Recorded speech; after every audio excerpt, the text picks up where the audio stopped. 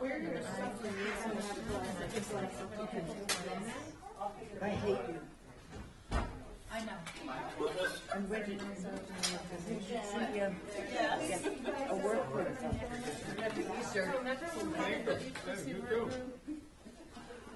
Oh, I remember hearing about it. I was never informed about it. Oh, thank you.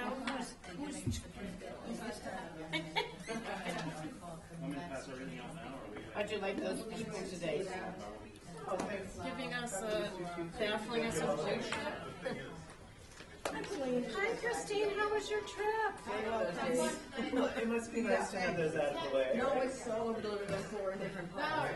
Now, Yes. It made it that far. Okay. I will. Do you guys do anything exciting? We just had dinner. We decorated areas. Are there any kids involved here? No kids, just us. We do Polish and Ukrainian. Those very elaborate ones. Yeah, so you could all get blown around. There's a great debate in my family. Everybody's loving it. Or whether or not let them dry out and form. But it takes years. Yeah, it does. Yeah. So you have to be careful not to break them. Or smell. I was there. They don't smell. Were you there? They're broken. She was Because I had to stay in the car because I couldn't do that. Grass. No, it was very uneven too. Yeah, no, it was all over the place. And there was one part that smelled like septic. Oh, really? Yeah, well, they just, the pool, the pond. All right, guys, it's not on the agenda tonight to talk about. Oh, this was says something, it this was something else. I don't want to get in trouble with this. I know, Especially this. yeah. Can be bad enough on Thursday. Thursday, 1 o'clock. Where? Here? This Thursday. It's this Thursday, right? It's Thursday at 1 o'clock. 106 Surfside, it's on the agenda. Did Ed buy? Yes, the TV. Well, yeah, TV is on. And there's some, and there's some. Okay. Isn't that exciting? Ron, do you want to give me the box, or do you want to, I know what to hand out. Do you want to give me the box, or do you want the box? You want it? Sure. The box of what? Stuff. Stuff. I mean, it's up to you as far as.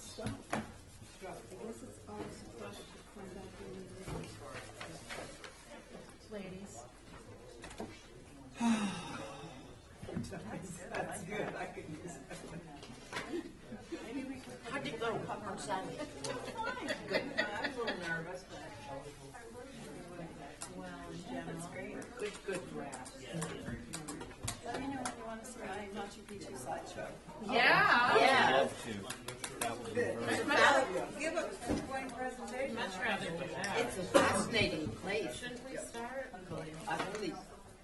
Okay. We haven't been a full board for some time now, a couple of weeks. Okay. We're going to come to order. It is a meeting of the HDC on Tuesday, March 29th at 5:05. Present are the full board.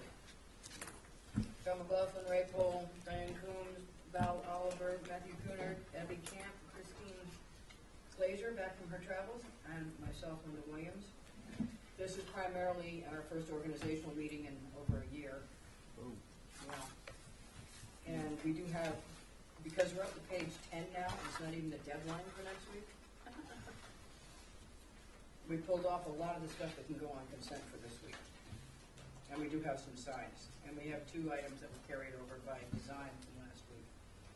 So, we do have an agenda. I don't believe there are any changes to the agenda. Somebody wants to make a motion to approve the agenda? So, Diane's made a motion to approve the agenda. All those in favor? Okay. And we do have the audio recording, and is the thing live? Yep. Okay, we do have an audio recording and a video recording, this time with sound. If anybody else would like to tape the meeting, they need to let me know now. Not seeing anything, we'll keep going. Any public comment other than what we have on the agenda? Okay. We do have a consent agenda. Ray, you're out of it. Val, you're off of it. So it's John, Diane, Matthew, Christine, and myself. Any questions on the consent agenda? Just Paul Jones. How are they moving the house on the site? Then we had to move it over to get the AC units over on the left side, remember? Okay. Somebody want to make a motion? So moved. Christine's made a motion to approve the consents. All those in favor? Aye. That was 4 in favor, John abstaining. We have 5 consent with conditions. Ray, you're still off, but Val, you're back on. So it's John, Diane, Val, Christine, and myself. Any questions? Will somebody make a motion on the consent with conditions? So moved. Diane's made a motion to approve the consent with conditions 1 through 5. All those in favor? Aye. John's abstained. I have one question, just to clarify something. On the consent, 19 and 20, one is 3 Beacon Land or 3 Beacon Lane, which one is it? Beacon Lane. Beacon, okay, the left is it. Yeah, I know. I got it. Where Okay, is I just it? wanna I make didn't sure. pick it up. Thank you. I can't tell you where it is, but I knew when I saw it. Yeah. I said, oh, that's what that is. Okay. We have signs from the sign committee is, Kevin Kuster. and you'd be happy to know that Richmond did come in and sign up for it again next week. Oh, good, good. So we have Jeff Bashulik's, the club sign. You were waiting on something on that? Yes, they came back in, that was recommended for approval. Somebody, and that's the regular board, Terry? Somebody make Fence a motion to approve the club sign for 88 Old South Road. So moved. Diane's made the motion. Any further discussion? All those in favor? Aye. Okay, John, are you in favor of the signs? Okay. Paul Giorgio, you were waiting on something there too. What's Number 2, 48 Center. 48 Center, that was also approved. So Diane, moved. you made a motion? Okay. Yes. All those in favor? Was that a hold or? No, that was an approval. That was an approval too? Yep. Okay, That thank was you. unanimous, Terry? Huddleston?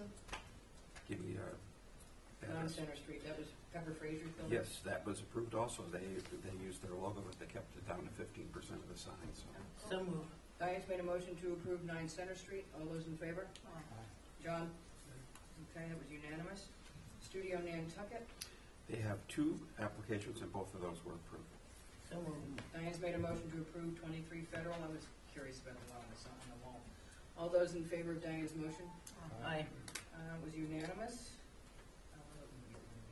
I think And that's that's it. Good, thank you. Thank you. Thank you. All right, we had 2 old business that we specifically continued to today. One was Foreguard, 20 West Sankaty. That had the retaining wall. Did anybody else go back out and look at it? No, of course. Yeah, you said. I did. I took pictures. I'll pass around. We have a board, John. Yeah, sorry. Williams, Coombs, McLaughlin, Cole, Nooner. Okay, so Matthew, you're on. It's everybody but Christine and Matthew's on. Wait. Was Ray here last week? I was, Okay, I okay, sat sorry. on it. I'm sorry.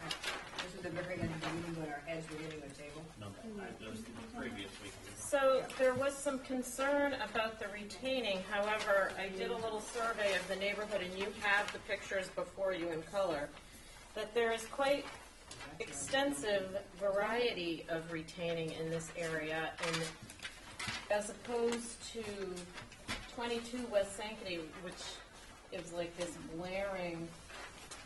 When we checked, you and I were in the office Stone. when Steve Cheney came in, and he's the one that did it down the street, and we gave him a 3-foot PT, right? This is just retaining timbers, and the whole thing isn't going to be 3 feet. It's going to go from 6 inches to 3 feet. That top picture is the problem The, of a freestanding AC unit. That's the problem. this is the name. Well, that's not us. I know. That's next That's why door. I'm not Which getting is it. shown as the They name. didn't We're get not that asking approval. for it, so if I may do my presentation, please. Guys, The area that we're asking to put the AC unit is where the tallest part of this retaining will be, which may be 3 feet or just shy of 3 feet. The unit is 43 inches, so if it's sunk down to the lowest part of the yard in that corner, which also is next door to This was not approved. 18 West St. Pete, but you know, That's right above and next to it. beyond that, We're gonna get it. it's a very close little area with a building right on the property line. I think it's gonna be masked just fine, and we're willing to put a picket fence around it. You can see it from the top, that's the problem. There's a hedge in front of it, and there'll be, behind the hedge, the picket fence. Here is a privet next door, I mean, within 5 feet of where this one's going, but they can't be in a setback, by the way.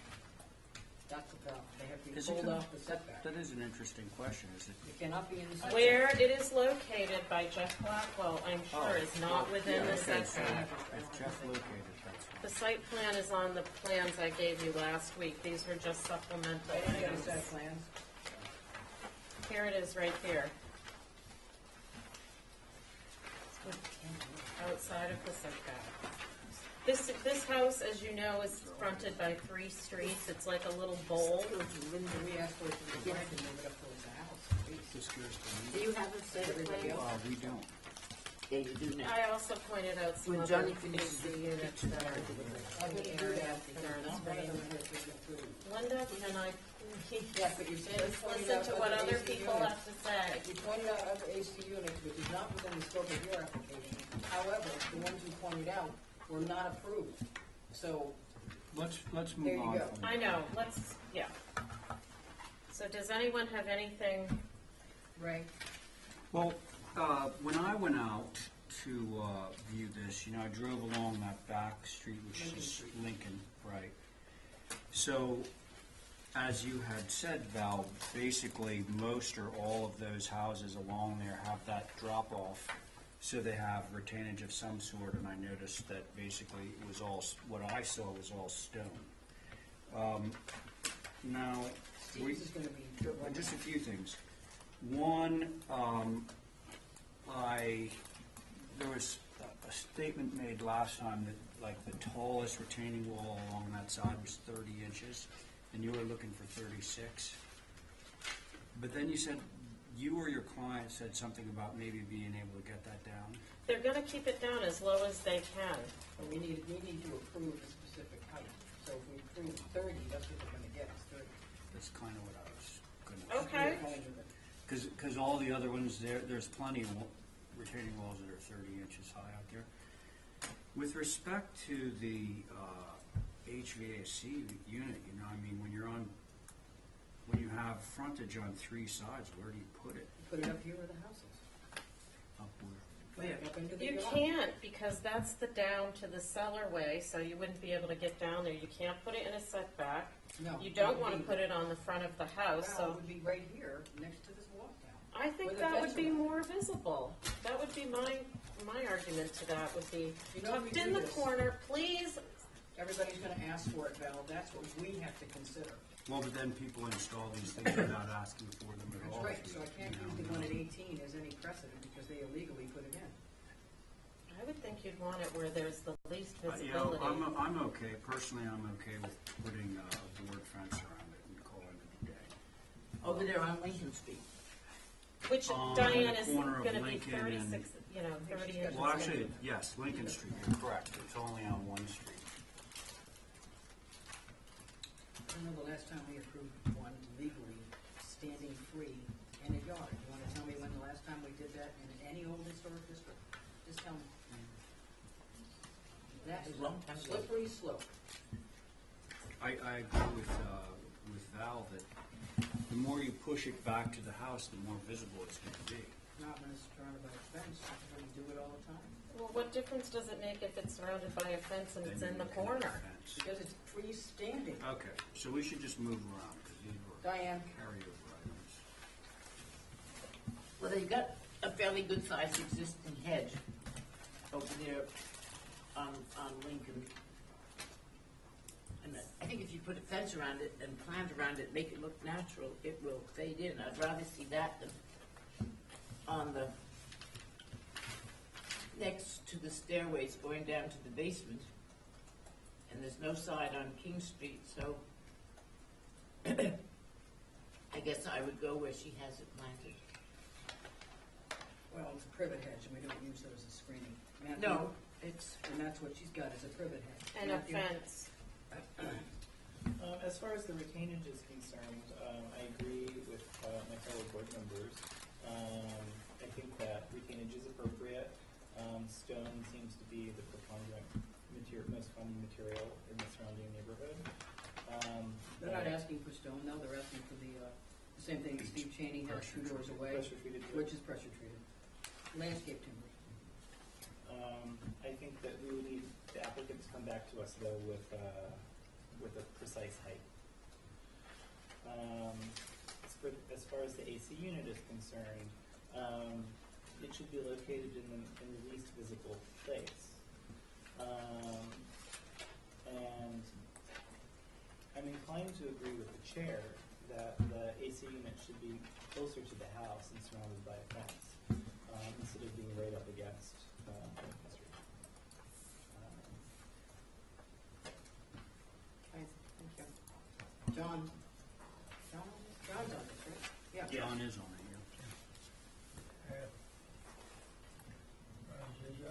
There's stone in the whole area, different lots around it. I know he's not asking for stone. So I don't, wood.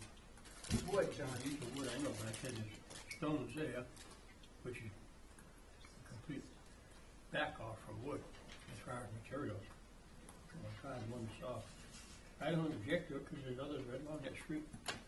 The wood. John, we're talking about the AC unit on the street by itself, Right. with nothing else. Hadn't got these around it? It's gonna have a fence. It's gonna have a little fence around it. And it's behind the retaining wall. Judging by the plans here, I would say it's not gonna be visible if you're gonna put a fence around it. You've got hedges there, right? Mm-hmm. Okay. Hedges aren't gonna do it. We've been over this and you've been on that side of the table. Privet hedge means nothing. As exhibited by your own picture, wherever it went. However, As exhibited by the fence, the hedge that separates the 2 properties, how much is that hidden? Not I'm at all. applying for a fence as well. That would, yeah, Val's. but right I across, got that, but right my across the turn, street thank you. is the same It's thing. my turn. You guys got to speak, it is now my turn without being interrupted. The fence is not gonna do it. This is below that street. And you're gonna be looking right at the top of this stupid thing. Because you said it was 43 inches high? I don't have it. So there's 13 inches then above that. And you think having 13 inches exposed from the street, 5 feet, like literally 5 feet from the street, is appropriate? Out there in the yard by itself? no, I not wanna with tell you that what much the last showing, I time- thought it was going to be down below the It's fence. above the fence. It's not above The only way it's gonna the be fence. below the fence is if you require them to sink it into the ground, which we've done many times. If you listened to my presentation, that's exactly what I said. That's not drawn that way, we don't know how far. I've just got a little Let's not picture here. belabor it. Val, I'm speaking. You are the representative. I'm talking to the board. You've got to sink it down, I don't know how far down, in order to get it below the height of the fence. Now, the fence looks like it, I can't tell because I assume it's in here somewhere, but it's not on the diagram. I assume the fence is 36 inches or something? Mm-hmm. It can be as tall as you want it. Well, it's gonna have to sink down. So in the last 2 times we've done this, we've said that the unit, whatever the units are, cannot appear above the height of the fence. Remember that, guys? Yeah, Okay. And the fence shouldn't be any higher than 36 inches. And the fence shouldn't have post caps and all the falderall that's in the picture. I don't know if that's the opening or if that's a gate or whatever that is. Can you look at the picture in the middle of the page? Yeah. It shouldn't have all that detail on it with an angled I post agree cap. with that. It should be just a straight shot around this thing on all 4 sides. The original drawing, I think, showed only 2 sides, 3 sides? Linda, do you have that, do you have the paper that I do that has the AVAC unit? And you've got 2 different sizes, you've got a tall one, a tall thinner, and a shorter fatter? No, one's looking down, It's looking down Diane. on the top of it, Diane. Oh, all right. So whatever it is, and the HVAC guys will tell you how far they can sink it, because there's only so far they can technically Right. sink it. So whatever it is, that fence is no higher than 36 inches. It's sunk into the ground, into usually gravel. So it does not appear above the height of the fence, which is only 36 inches from grade. And it's on all four sides, and there's no fancy post caps. And they have a little gate so they gotta be able to get to it. Is that, and then the screening is a privet which doesn't do anything. No. Well, they that's have what to- we are acknowledging that because the picture of the next door neighbor thing shows. And believe me, they will be getting us a violation of that. What exactly do you want to do for the screening? She has some privet hedge there now. I would I put, would assume some of it's gotta be adjusted. Is that not what the fence is for? I would put Well, in how many some, times have you sat on this side of the table and required screening of the fence for the AC units? Let's not go there. Let's not. I depart. honestly cannot remember that. might suggest the holly, which is not deciduous, it's green all the way, and it doesn't lose its leaves in the wintertime. And there's one called Blue Boy, and it's short, fat, and grows like mad. I've got a black thumb, so I don't know the names of any of this stuff, but, I think screening with the fence is sufficient. I'm not certain how much our jurisdiction extends to plantons as screening. it does, absolutely. When there's an objectionable architectural feature, it absolutely does. We use it all the time. And then it's actually conditioned on the planting. Well, in this case, I still think that the fence is sufficient. All right, so where are we? Diane wants something year-round planted in that corner, just this corner. Ray, I'm okay with the fence. The unit, by the way, is 42 inches high, so you'd probably need to drop one layer of pressure maybe treated around 10 inches down. Yeah. ties to get it down to be that height. And then a natural fence with none of the appurtenances or whatever. Do you want screening, year-round screening in that corner? We're gonna get I nailed don't- by this, guys. I don't need it. You know, Okay. Whatever. I have a comment, yes. This is going to be one of the biggest problems in the future for Nantucket, is air conditioning and hanging out. Already. If we set a solid policy, no matter what, if it's from the ground up, and it's gonna be less than 4 feet, and put a 4-foot board fence with a cap on it, that blocks everything from view, and we don't have a problem in the future. But there's another problem we're gonna have, is some places we accept screening of hedges, some places we don't. It's yes or no. No, it doesn't screen in the winter, so I might as well just throw it out, say it's not gonna be one of our regulations. That's what we're here for, set regulations, so people don't have to come every time you want something. Some stuff you make, like a split rail fence, we give them a blanket permit outside the HPC. We should start making blanket permit things. And, I understand it's a problem that's coming in the future. ACs are very difficult, I agree with you. Diane and I wanted year-round screening right there. Okay, No what's one else year-round, seems what's to year-round want- screening? And Diane suggested holly. I don't care if it's boxwoods, hollies, whatever. Well, Would you we just shouldn't be in the generically landscaping business, because the state No, law. it's just year-round Wait a vegetation. minute, the state law states of the structure. It's gotta be a structure. That is a structure. Hedging is not structures as far as landscaping. It shouldn't have all this stuff. It's gone beyond its realm.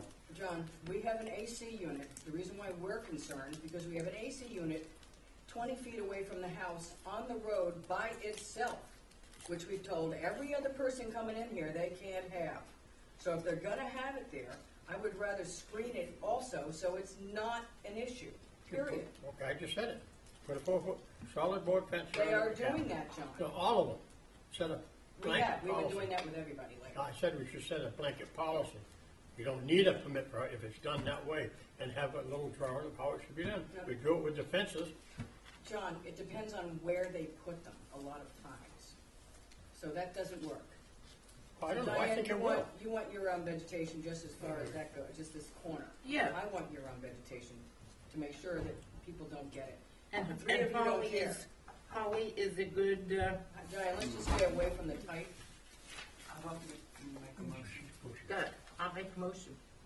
Diane's made a motion, what, for 36-inch high natural weather fence with no caps and a gate. Doesn't get to it. Natural weather, The unit is not to appear above the fence. And what do you want to do about the vegetation, Diane? If we don't want to designate, then just say it is to be year-round foliated, vegetation. There you go. The length, just around, Just around 2 feet Around past. the fence? Yeah, Around just the right here, this way. Right, it That doesn't would need to be go on the ridiculous. inside. Just Okay. along the roadside, right, Diane, the Lincoln Street side? Yeah, And just this distance. What's the location? Are we still talking about next to Lincoln Street? Or Yes, just the Lincoln Sounds Street like side. that. Because then you really, Well, no, what Matthew is asking is whether all this discussion is around keeping it in the corner or moving well, it that's closer. apparently where it's gonna stay, because there's enough votes for that. So, and that, Diane was okay so long as they have the year-round vegetation. Okay, that's not something that I think that I can support. All right, Diane's made a motion to that effect. All those in favor of Diane's motion? Aye. All right, that's John, Ray, and Diane in favor. Any opposed? Matthew's opposed, and I'm opposed for different reasons, but I'm opposed. So you got it. Yeah. You probably, Val, you probably have to put new drawings into your staff. Yeah. Especially the height of the fence and draw it on there. Okay. I know how you would. I'm not doing it again. Pleasant Street. This was being held for colors, remember? I brought them. And we have a board on this? yeah. Yes, Williams, Coombs, Camp, and Oliver.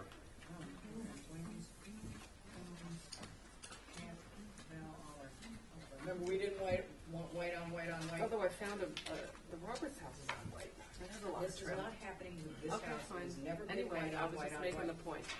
So we had And talked that's about really gray.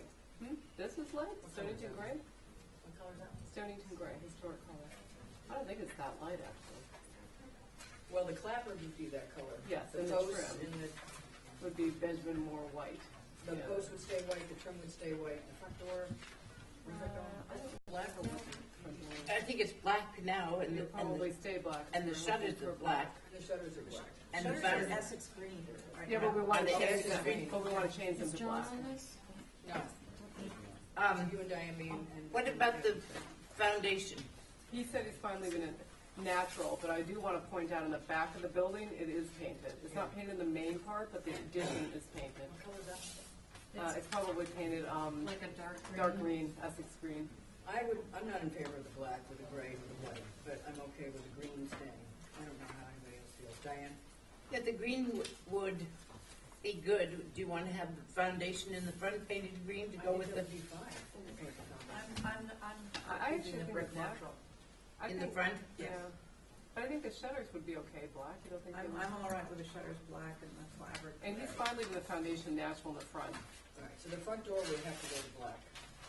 What is the Green front now. door now? You I can't think have it's green like- front Essex door green, and yeah. black shutters. Yeah, no, we would do it black. So the front door would go to black, the shutters would go to black. They're operable. The, what is that again? Stonington gray. 8C 170. That's the Nantucket Against the color? white. Yep, no, it's not a Nantucket color, it's a historic color. Because you don't have any historic grays Oh, other because than, we're dealing with like 50 different grays these days. well, but the Nantucket ones are all too dark. Yeah, I know. It's fine. It would That's be why that's why we dismally- went to platinum and everything else. So that's what the white I would liked look like. this one because it was. Matthew, you're not warmer sitting than on it, you cannot speak to Abby. What's the other color you looked at? this. This was Horizon, also in historic color, but I thought this one was nicer because it was warmer. That's a softer color. I like that. Yeah, that's what we Left-hand thought. one. This one This is looks the a little. post, that's the pillar. Yeah. Did somebody say it was originally blue, like 30 years ago or something? Yeah, I think so. Because I vaguely remember. I think I remember when It was, all I I was was saying, wondering it was if some you had- color. if you had done I actually pulled off a piece of Yeah. paint, but I can't see anything. It's just like it looks like it's still beige underneath. I have it in my car, I can go run and get it. but- Melted yellow. All right, so everybody, what's the color again? Stonington. Stonington, Yeah, it's this one. Stonington gray? Yeah. Okay, no. Stonington gray for the house. The pillars and trim white, Sashes are white. and the sashes are white. Shutters are black. And foundation in the back would be black, That's but not already the black. front. Right, And and the the shutters and the front door would be black, Black. Terry? Okay. And then the front, Shutters and front door glass. yeah, and then the foundation would stay natural brick. Okay, On and, the main body of the house, you gotta make sure that's specified. Right. okay, foundation, brick on the main body. Okay, is that the motion? Yes. Is that a through staff or is that all on? I'll have to change, we can change the application right now. The application says white. Are you guys, comfortable with that? Val? Abby? Yes. Diane? Okay, Terry, so foundation on the main body stays natural, the door and the shutters go to black operable shutters. I think he's just painted The the shutters pillars that are and the there. trim remain white, and the clapboard goes to Stonington gray. Yeah. Is that your motion, Diane? Yes. All those in favor? Aye. Okay. Do I need to change this? Yeah, go over and change it now. Okay, I need to. Actually, it's coming at me. Okay, so I'll stay here. Val? I know, I just need a pen that's not red. Yeah, not red. Thank you. Oh, no, she doesn't need a pen, she needs a pen. I will need a pen when it comes here. Thank you.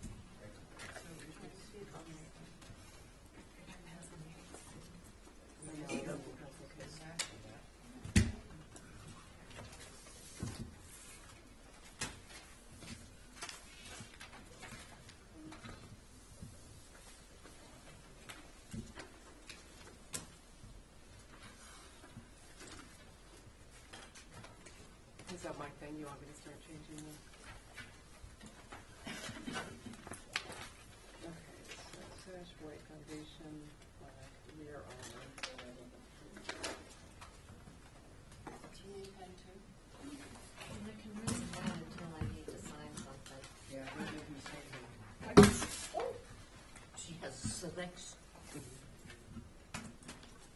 Abby's pen is very nice though. Thank you. I'll make sure you get it back. She replenishes it.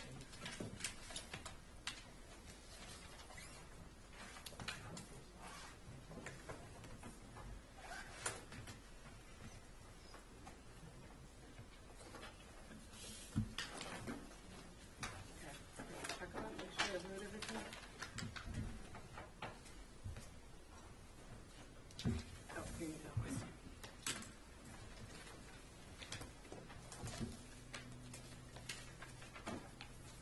Okay.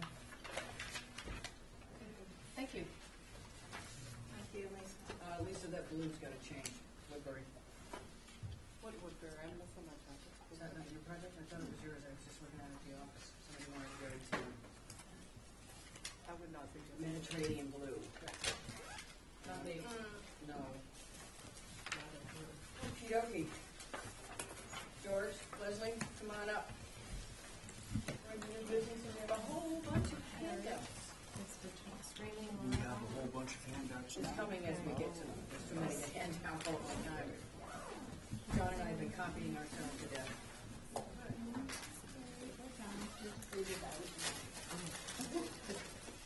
Okay, for those of you who don't know, guys, one conversation, please. For those of you who don't know, this is our town council who handles HDC stuff, George Pucci and Leslie Woodson Snell. Anyone, what was yours? Deputy planning director. Do we have Ingrid? Co-planning director. If anybody wants to pull their chairs up closer, there's a little bit more of a casual thing going on here. Roll on up.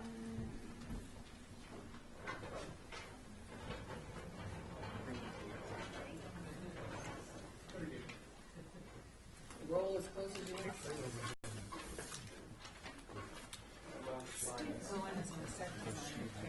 He's clearly comfortable. I spend a lot of time. Okey-dokey. There are a lot of new members. I don't know, you don't know half these people, so everybody want to identify yourselves? John, Am I good? identify yourself or? Grateful. Diane Coombs. Val Oliver. Matthew Cooners. Abby Camp. Christine Blitzer. And Madam Chair. And some things keep coming up, and I have to keep saying what town council has said, or what policy's been, or how things are supposed to work as far as certain things. And it would be edifying for the rest of the board to hear this stuff again. You can never hear it too often about how much of our jurisdiction intercedes into the interiors. The 50-year thing. Demo by neglect, the town code may not be sustainable. Non-sitting members participating openly in the discussion when they're not sitting on something. Various things like that, but whatever you guys want to ask, but he's going to cover those basic things. But intro? Sure. Good evening, everyone. I am George Pucci from Town Council's office, and I basically specialize in litigation at Copeland and Page, and in particular land use permitting litigation. So I do deal with a lot of permitting boards, both after they've been involved in litigation, but also sometimes in their permitting decisions when other counsel is involved, or if it's a contentious matter that may end up in litigation. Just the luck of the draw, I've been spent quite a bit of time over the last few years with the Historic District Commission on various issues that have come up. What's interesting about what happens with the Historic District Commission, a lot of issues that come up end up being very sort of high public profile, but the irony of that is you're basically a board that doesn't get into a whole lot of trouble. I haven't seen that many lawsuits involving the board, and you handle an enormous amount of applications and meetings, and basically it's a very good board that does its job, and by and large doesn't cause a whole heck of a lot of trouble. It's just unfortunately when there is a dispute with a property owner or an applicant, sometimes they do become high profile. You do have this appeal system where you end up with appeals before the Board of Selectmen, so then you have sort of that natural kind of built-in conflict where you have one elected board serving as the appellate body over another elected board, and that can be uncomfortable at times, but it is what it is. It's your legislation and the way it's set up. So I didn't have a lot of comment on the issues that you had on the agenda. I did see that, and I'm here tonight. I'm happy to answer any questions that I can. If there's something that I can't answer tonight, we're happy to follow up and give you something in writing. Keep in mind too, when opinions come from anyone from town council's office, it really has to go through a request for legal services to the town manager, and then you get a formal response when she approves that from us. So, unless you're looking at an actual opinion that one of us wrote based on a request for legal services, I would be careful in trying to quote us or interpret what you think we may or may not have said, So we've opined on various issues over the years, and we can only take them sort of one issue at a time as we address them. So, and some of them are particular to the facts of a particular case. There's another one coming around, guys. It should say 40C on the top. It needs to keep coming. So enabling act amendments. I don't know of any active work that we're supposed to be doing for that, or. We're going to ask as soon as the election comes. Okay. We don't lose for 30 years in a row. This is what this is. Okay. So enabling amendments, you can, if you were to decide as a board that you wanted to pursue amendments, I would recommend, you put it on your agenda, you discuss them, discuss substantively what amendments you'd like to see happen, vote them, and then get it approved by the town manager, and we're happy to, give a red line or a track change version of your special legislation with any amendments that you want to see in there. But right now we have nothing, on our plate that any recommendations in that regard. And our recommendation, go ahead. Just to clarify, our recommendations too would not be your policy decision on what you want to see in the legislation. Would just be, you know, the legality of trying to accomplish whatever you wanted to have in there substantive. Which, as you, just to back up for a second, what you have in front of you that says Chapter A 301 Special Acts, that is our current enabling act, with the return of the HCC members to being voting members. I don't think it's made into this, to be voted in, as opposed to the alternates. The yellow line one, I think George has seen this already a long time ago. Steve, you know this one. The yellow line one was the work group's first foray into fixing our act. You know, the appeals period time, who does the appeals, taking it away from the selectmen and doing what every other town in the state does, which is an independent arbiter. This is this is what everybody but three of us in the state act under is 40C. We took as a work group, we took a great deal of time looking at 40C. I know Andrew has some suggestions, which I'll have down there, on how to incorporate 40C into our special act without losing our special act. And that's the kind of technical advice that we would get from George. If this is where we want to end up, we go up to George with it and find out what's the best way to do it. Because they don't want to give up our special act. There's some stuff in there that's to us. But 40C gives you a lot of good stuff, which you'll see is mostly the yellow that was incorporated into our act. Now, whether we just mutate our act and adopt some of 40C, which you're allowed to do, or we try to put them together. This was our first attempt to put them together. So it may be that we have both, we just strike out stuff in ours and Yeah, you could do adopt that. 40C Yep. independently with those changes. So there's a couple of ways to go. But this will put the two of them together for you so you can see what the differences are. Okay, just to be clear, this document is not what anyone at this table is operating under at the moment? No, it's our regular Chapter 3. Okay. This one. Got I it. haven't seen this. No, and then, yeah, we did last year, I handed it out last year. This is the one that we were talking about before. The town code has a section of HCC in it. And we've talked before about this, some of this stuff, you know, the demo thing, the window maintenance stuff, may not be strong enough to withstand a challenge that's come up before. But maybe the town code, and I know Leslie, you want to say, you had some ideas about rewriting this, you want to say that? Well, I think what's in the town code definitely needs some reorganization, it definitely needs some updating. And just the title itself, which isn't listed here, I think it's called Satellite Dishes and Roof Lines or something. Yeah. So if you were looking for HDC regulations in the town code, you would never look there. They're sort of just buried in this section that you have to know where to look in chapter 124. There it is, satellite antenna dishes. Oh, there we go. In chapter 124, this is where like hardship applications and that's introduced, I believe. Because there's nothing about hardship in the Enabling Act. Right. No, there isn't, but there is in 40C. There's a hardships paragraph in 40C, Yeah, which I believe we have sucked up and put into ours, but you'll have to look at them all individually and then look at the yellow line one.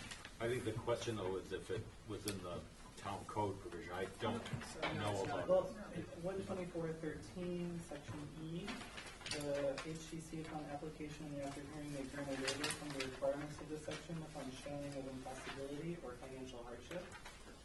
That came out of 40C too. And that's for minimum maintenance. Yeah, that's Yeah, not that's really, under minimum maintenance. yeah, that's not in general, whatever.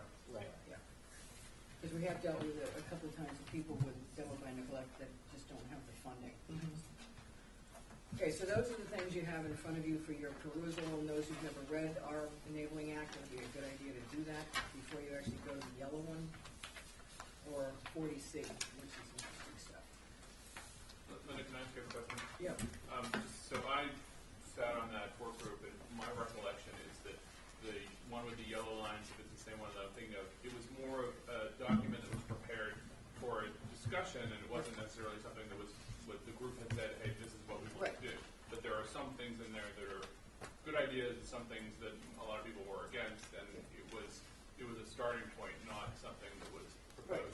gave it to them so they can Yeah. just see how we put the two 40C and Rs together. So that's what they have.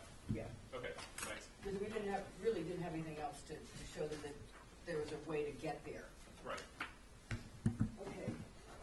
George? Yep.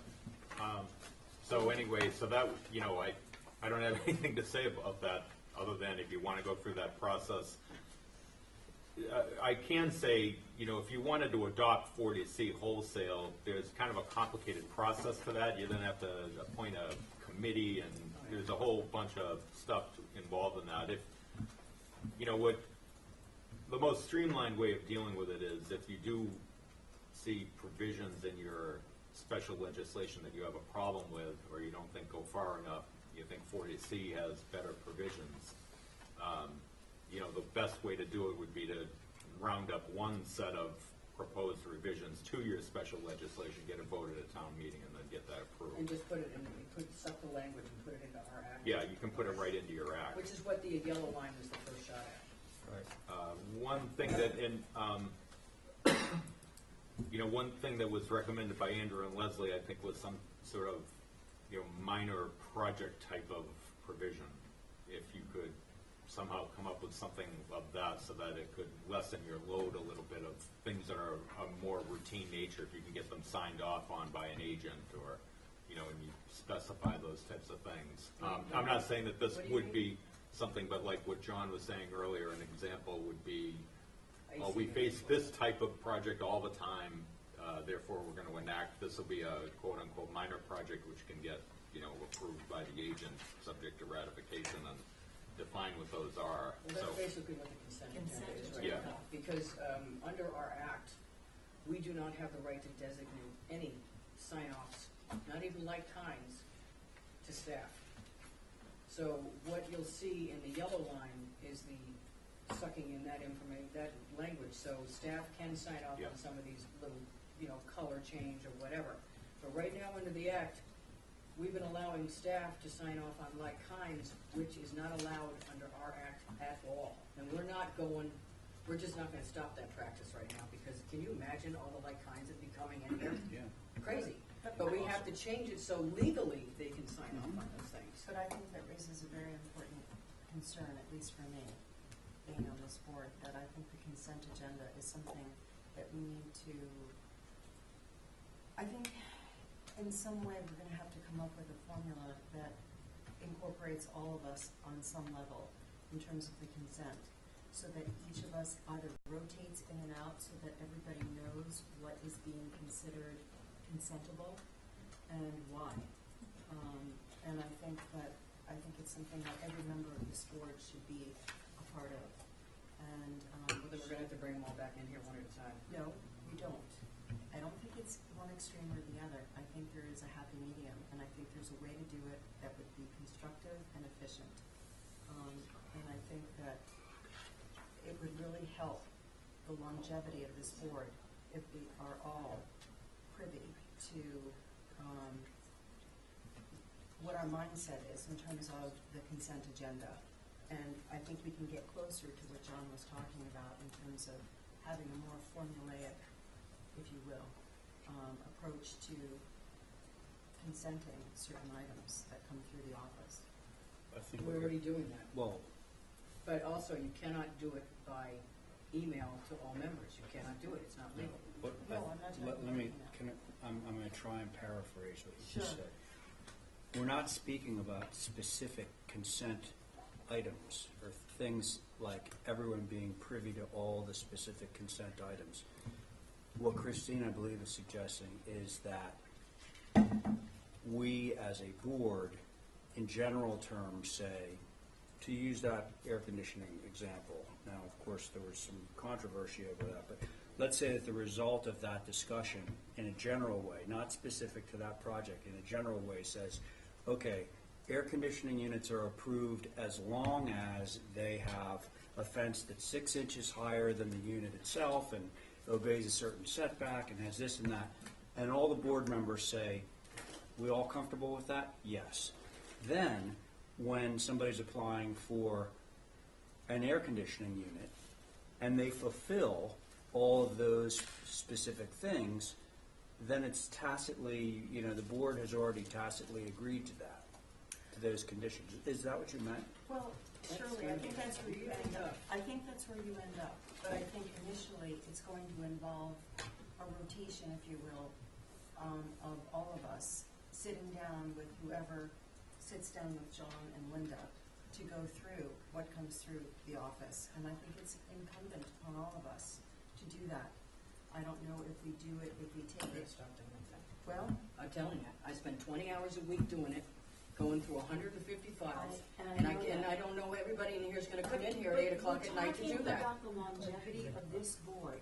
What if something happens to you? Well, then it stops, doesn't it? But that's precisely where I think we fall short. Does someone else want to come in and sit there at 9 o'clock at Well, night with these? That's in when it other- happens, guys. Linda, let's not get when- hostile. We're having a Well, I'll discussion. just stop doing it. When Dirk We'll go back to where we was were 5 chairman, years ago. he did not do the consent. It was done We had Bob Rivers. by the administrator. Actually, we didn't have a consent agenda that big. We had 2 or 3 things on consent. Well, that's every because week. they all came in No, on the. it's because he didn't put stuff on consent, and every time That's we what I opened a mean. plan here, we said, why are we seeing this plan?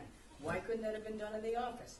And that's when we were meeting every Tuesday, till 10, religiously, at the high school, remember we were at the school, and we were meeting every single Thursday for 4 or 5 hours, because the consent agenda was not being reviewed properly, it was not even being looked at It wasn't at being all. reviewed. It wasn't being reviewed, and then some stuff ended up on consent that we would never have approved in 100 million years, and that's when we stopped him from doing it.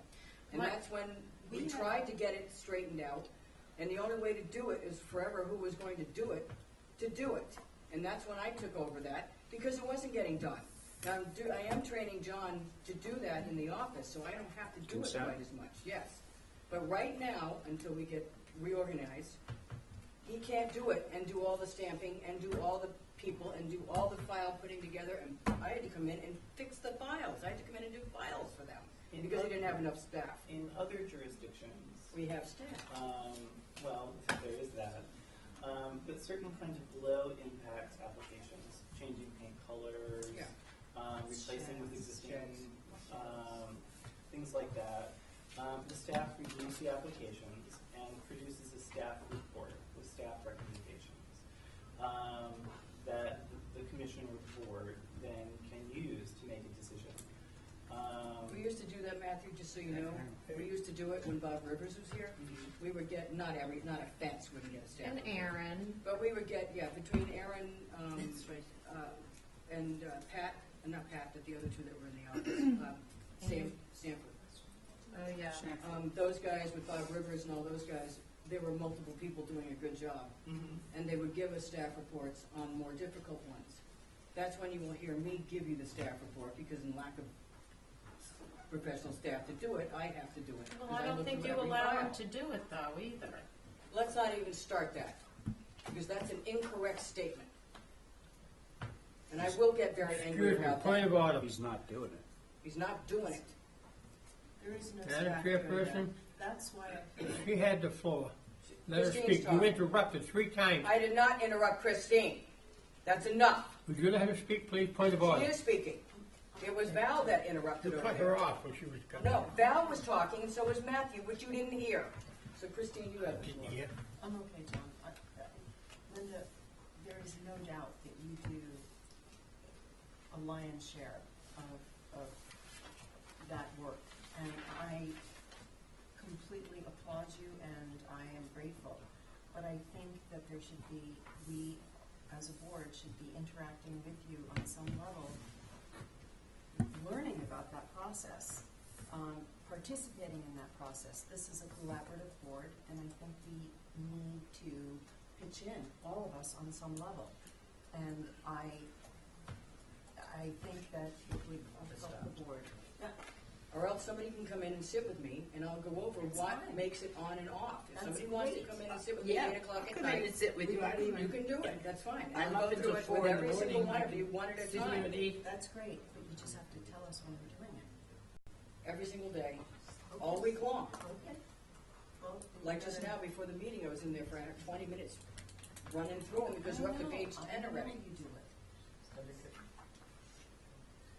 I just wanted to remind people that we did do a best practice Which I have. report, and I think one of the things that we looked at was the staffing, and that they're really, you need more staffing. And having a staff report is really important. Working with the chair to develop a staff report, and that seems to be an issue, and that'd be a way to address that, I think. We cannot talk about staffing levels. That is what Leslie needs to talk about. Excuse me, Madam Chair, That was Michael May. anyone who speaks should identify Oh, themselves. Okay, that was Michael Your May. back is to the camera and people don't know who you are. Okay. And Ken Bogrand. Yeah, so if you speak, say who you are, Yeah. please. Ken Bogrand, Vice President of NARAP. Just to follow up on the report, I'm also the Chairman of the Board of the Preservation Trust. I prepared the report for you. Part of our concern was the fact that without the support and the doing a lot of the easy work, that not to say that it isn't hard work, but the work on regular stuff that's presented to you, you end up with the commissioners having to do an inordinate amount of work. And so it makes it very difficult to be able to continue to have people willing to serve on the HDC. So that was part of our concern as well, in terms of being able to have a policy and a procedure in place that allows you to deal with the tougher issues as opposed to, and just being able to approve the stuff where you have procedures and guidelines in place. Well, as I say, we cannot give them any power at the staff level legally. I'm not suggesting giving the power, Linda. The report suggested that there are things that staff can do that make recommendations to the commissioners, so that what you're doing is you're reviewing the recommendation as opposed to having to review the entire file. Well, I'm going to review the files either way, because somebody has to see the I'm file not before it suggesting gets here. that you can't do that, but I'm just saying that with respect to the procedures that we found, with respect to the most successful HDCs all through the state, they had a procedure where a lot of the sort of dog work was done by staff, presenting then a recommendation to the commissioners, so that the commissioners have the opportunity to see the recommendation and then get into the file if they have concern about it, but don't have to review every detail of the file. We're trying to get to that level. We have one person who's doing everything, and he's sitting at the end of the table. And he doesn't have the expertise yet to go through it. I am going over it with him piecemeal so he understands when something isn't complete and why it's not complete. Because I show him stuff all the time in a file. I'll get to a problem file, and I'll go on the bad boy shelf. It's incomplete, and I'll explain to him why it's incomplete and what he should be looking for when they do come in. But give you an example, not last week, but the week before that, they were down to 2 people in the office. I had to come in because everybody was on vacation at the one time. And they got slammed with like 8 pages of applications in 15 minutes. They were lined up out the door. There's only so much John and Doris or John and Catherine, whoever's there, can actually look at the plans to say, no, it's complete, or no, and I've showed him this before, don't even take it across the table, it's incomplete, take it away. They're getting to that point, but they don't have enough manpower. This is Leslie's going to talk to The point that Christine was getting to is, and that is identified in the report that we've given to you, is I think it should be the role of the HTC to in fact put in place a process and a procedure to be able to get you where you need to be and understand what needs to be done so that can then be achieved. And I think that just saying that we can't do it because of this, and this doesn't get you anywhere. It doesn't get to the solution that you need to do as a commission in terms of understanding what changes need to be made in order for you to be more successful and to be able to have the job, one that people are willing to take as opposed to being forced to be put into it. But understand, we do not control our staff. I'm not sure that's generally known. We have no control over our staff or staffing or who does what. That is strictly by the town administration and plus administration. So we may like to have 10 people like Cambridge does, and they meet once a month and they meet on 5 cases a month, and they have these long things that have already been vetted by multiple professionals. We are not set up that way. We cannot be set up that way, and we can't demand that we be set up that way, and we can't say we need 5 more people, because that's not how this town administration works. since they stripped the ZBA, the planning board, or the planning board's under the planning commission, but and the HDC in 2007, from having control over our own staff and staffing needs in our own budgets, because they changed the charter, made Libby the town manager, all staffing was stripped away from all of these support boards. Libby controls the support boards. It's only by the grace of God that we got into a contract with the Board of Selectmen for Plus to take over our staff, the planning staff, the ZBA staff, the building department, except for the health, which moved out. That's all in a contract between the planning commission, of which I'm a member, and John's a member, and the town to manage all those staffs.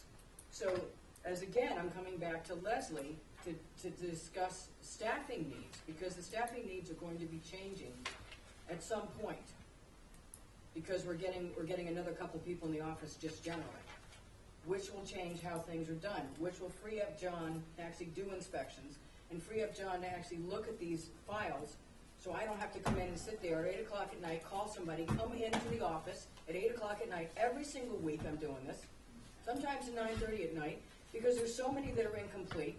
And I'm not gonna, and that was one of the complaints from the board for years, and Diane knows this, for years we were getting applications that the staff, not John, had never looked at, were totally incomplete, or it was a board fence. Why are we opening the plan? It takes us 5 minutes to get it on the table, look at it, close it, say, why am I seeing this? That's when I started doing the consent agendas. Then they were totally incomplete, and we're saying, why are we seeing this? It's incomplete. Why did you take it in? Because the previous staff took it in and never looked to see that it was incomplete. So now we don't have incomplete applications showing up on the tables, do we? Well, we Now have we some. don't have consent agendas, constructive grants. We don't have people getting left off of agendas. We don't have any of that stuff going on, and the stupid stuff goes on consent. So it's streamlined with the amount of staff that we have right now and the education that we have right now. So as soon as John starts getting more training, then he'll be stepping into a lot of this stuff, and we don't have to do it. And then he'll get back up for himself. So, Stephen Cohen, I want to make a comments and questions for the record on this issue, if that's okay. I think the problem is we don't actually have the staff doing that. The problem is I think you spend 40 to 60, perhaps 160 hours a week on this stuff as a volunteer. 200. Which is remarkably unfair to you and remarkably unwise for a governmental body. But it keeps going. Right, and I certainly appreciate it, and I know the community appreciates it, and I know the board appreciates it, but basically, you're solving as many problems as you personally can for free with all of your time. And the problem is, you can't solve any more because you don't have any more time, and basically, you shouldn't be solving them all anyway. It's not either appropriate or fair to you or to the board or anybody. And I think what the HTC needs, the good thing that we have here is that the HTC's problems and the HTC's solutions, or what I think the solutions are relatively simple to identify, and they all kind of work together. It's all, if you plug one hole, we all stop drowning. Almost all of the problems or complaints that a lot of people have with the HTC and that the commission might have with the process, and almost it could be solved with very few things. We just need to do them, and you can't do any more, nor should you. You do about as much as any person possibly could, and much more than probably the next HTC chair ever will. Assuming someday you're not 1,000 years old doing this. I'll be like John, Right. in 50 years. Maybe if you put in 50 years. But I think that, we always say that Nantucket's 800 historic homes are treasures, and all the other houses are the important context that they're in. And yet we put no money into getting the ACC process done right, and we put no money into the enforcement process. I think the town needs to put its money where its mouth is. And I think it would. I think the voters at town meeting would. I think the selectmen would. I'm sure the planning staff would like to see this run more efficiently. So, I think we could, because you've already kind of said almost exactly what the solutions are here. There should be a more clear consent guideline that makes it clear for people to get little things through, but there should also be more of a guideline for people who want to come in and have 1 or 2 meetings instead of 7, so that there's, Building with Nantucket in Mind is a great document, but it's not actually useful for designing a house that would get approved at the HTC. So there should be a document that says, okay, if you want to come in and get in 1 or 2 meetings, try and do this. And if you want more creativity, that's fine, but that's going to be more meetings. That document would be relatively easy to do. It's all in your head, and it's in John's head, and it's in Christine's head, my head, all these people that come to all these meetings. We just need to put it on paper. John, throw it out. So great, but we don't use it. Well, we don't have it published yet because there's some errors in it, but Right, but there it is. so a consent guideline, and then having staff reports, like the first review of everything this board does is done by 5 to 8 people sitting at the table in front of the whole room. There's no other board that does it that way. The planning board doesn't do it that way, the Concom doesn't do it that way, the zoning board doesn't do it that way. And if it takes more staff to take the burden off of you and make it easier for the applicants, that would be great. And if we need more enforcement, that would be great too. There's so much here that is easy to identify and easy to address, and I think that the community would support addressing. I think Christine's point about the consent agenda, it's not necessarily that she wants to spend time doing it instead of you, I assume. It's just that she feels that it's opaque. And there should be more information provided to both the commissioners and the public before the meeting. Well, Is John, that just fair, back that up for a Christine? minute. That there, if there was more information, you'd. John asked for that because when we were getting the previous consent agendas, Yeah, there was nothing there. right, it just had the address. Yeah, Now so it what has I've done is I put down exactly what it is. I Yeah. don't tell you to go on to white paint if it's white paint is approvable. Because John asked to have an explanation here to the right of the consent agenda. Because before it was just a couple of things, address, what the hell are we consenting Right, to? you didn't know what you were consenting. Right, so I write it all down. I even put down the previous COA on there in case somebody wants to come in and look at it. Right. So all of this stuff is now added in there as much as I can get on this one page. And if somebody has a question when they get the agenda the previous week, they can come in and take a look at the file, which is incumbent upon board members to do that. I can only do so much with that. It's a big burden. But I can also tell you what was in the file if It you could be ask. reduced to 1 to 2 And they're in sentences there. in a report. Air conditioning unit, screen, in setback, whatever. I just think that there's so much low-hanging fruit here that just requires some staff time to make everybody's life easier. The board's life easier, the public's life easier, the enforcement aspect of it. I tried that. What's the login for this building? They're having trouble downstairs and they're texting us up here trying to get in. Welcome, Gaston, welcome. See it up there, Linda? Okay, Yes, got welcome. login is guest and password is welcome? Okay. But that's for the computer, I don't know if that's for the door. No, they're trying to get on the computer.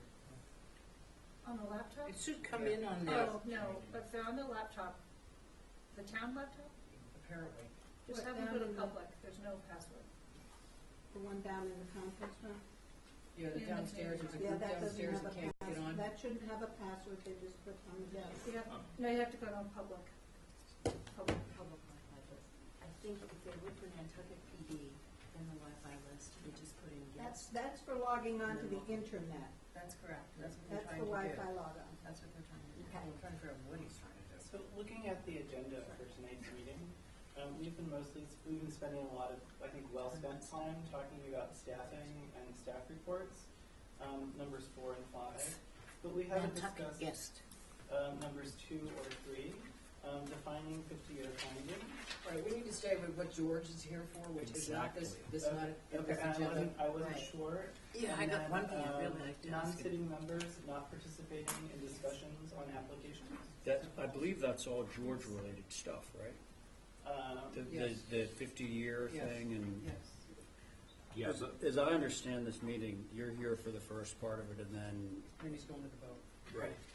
So I think that we should take care of anything that relates to you first. What's next? I had a, Well, we've all talked about it, let's put it on here, but we've all talked about our own representation on appeals. And that's come up over and over and over again.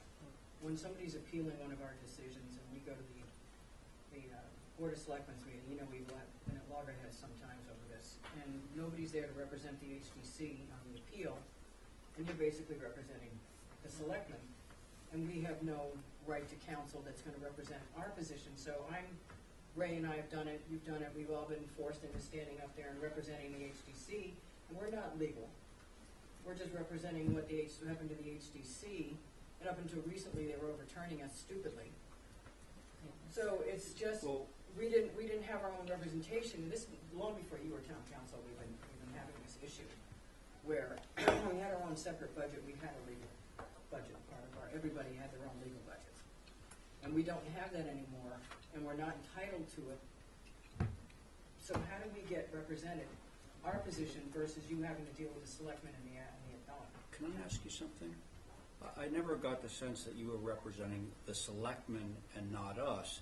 You were rendering an opinion, whether it was solicited by the selectmen or by us.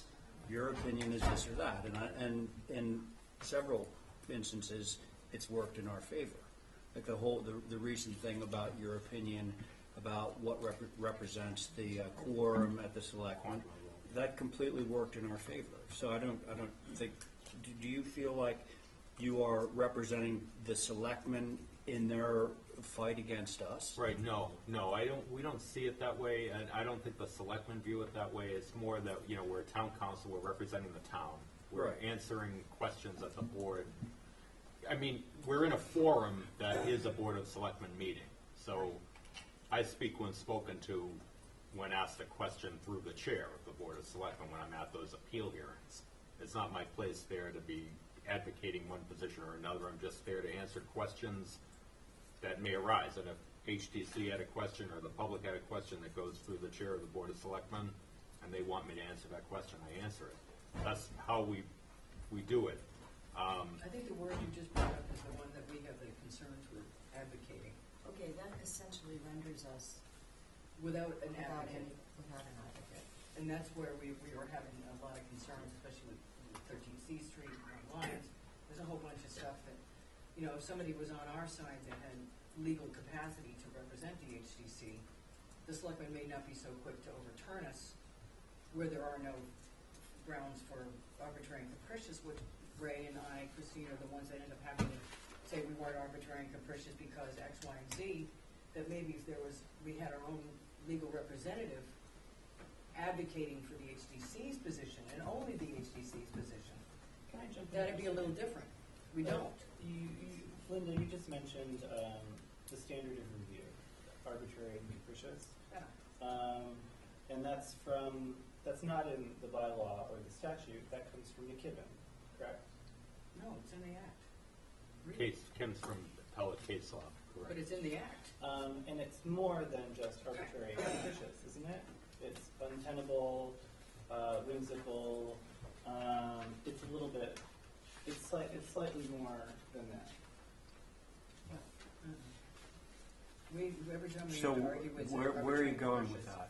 I'm very curious. I just think that we should all be more informed about the standard of review that we're being held to.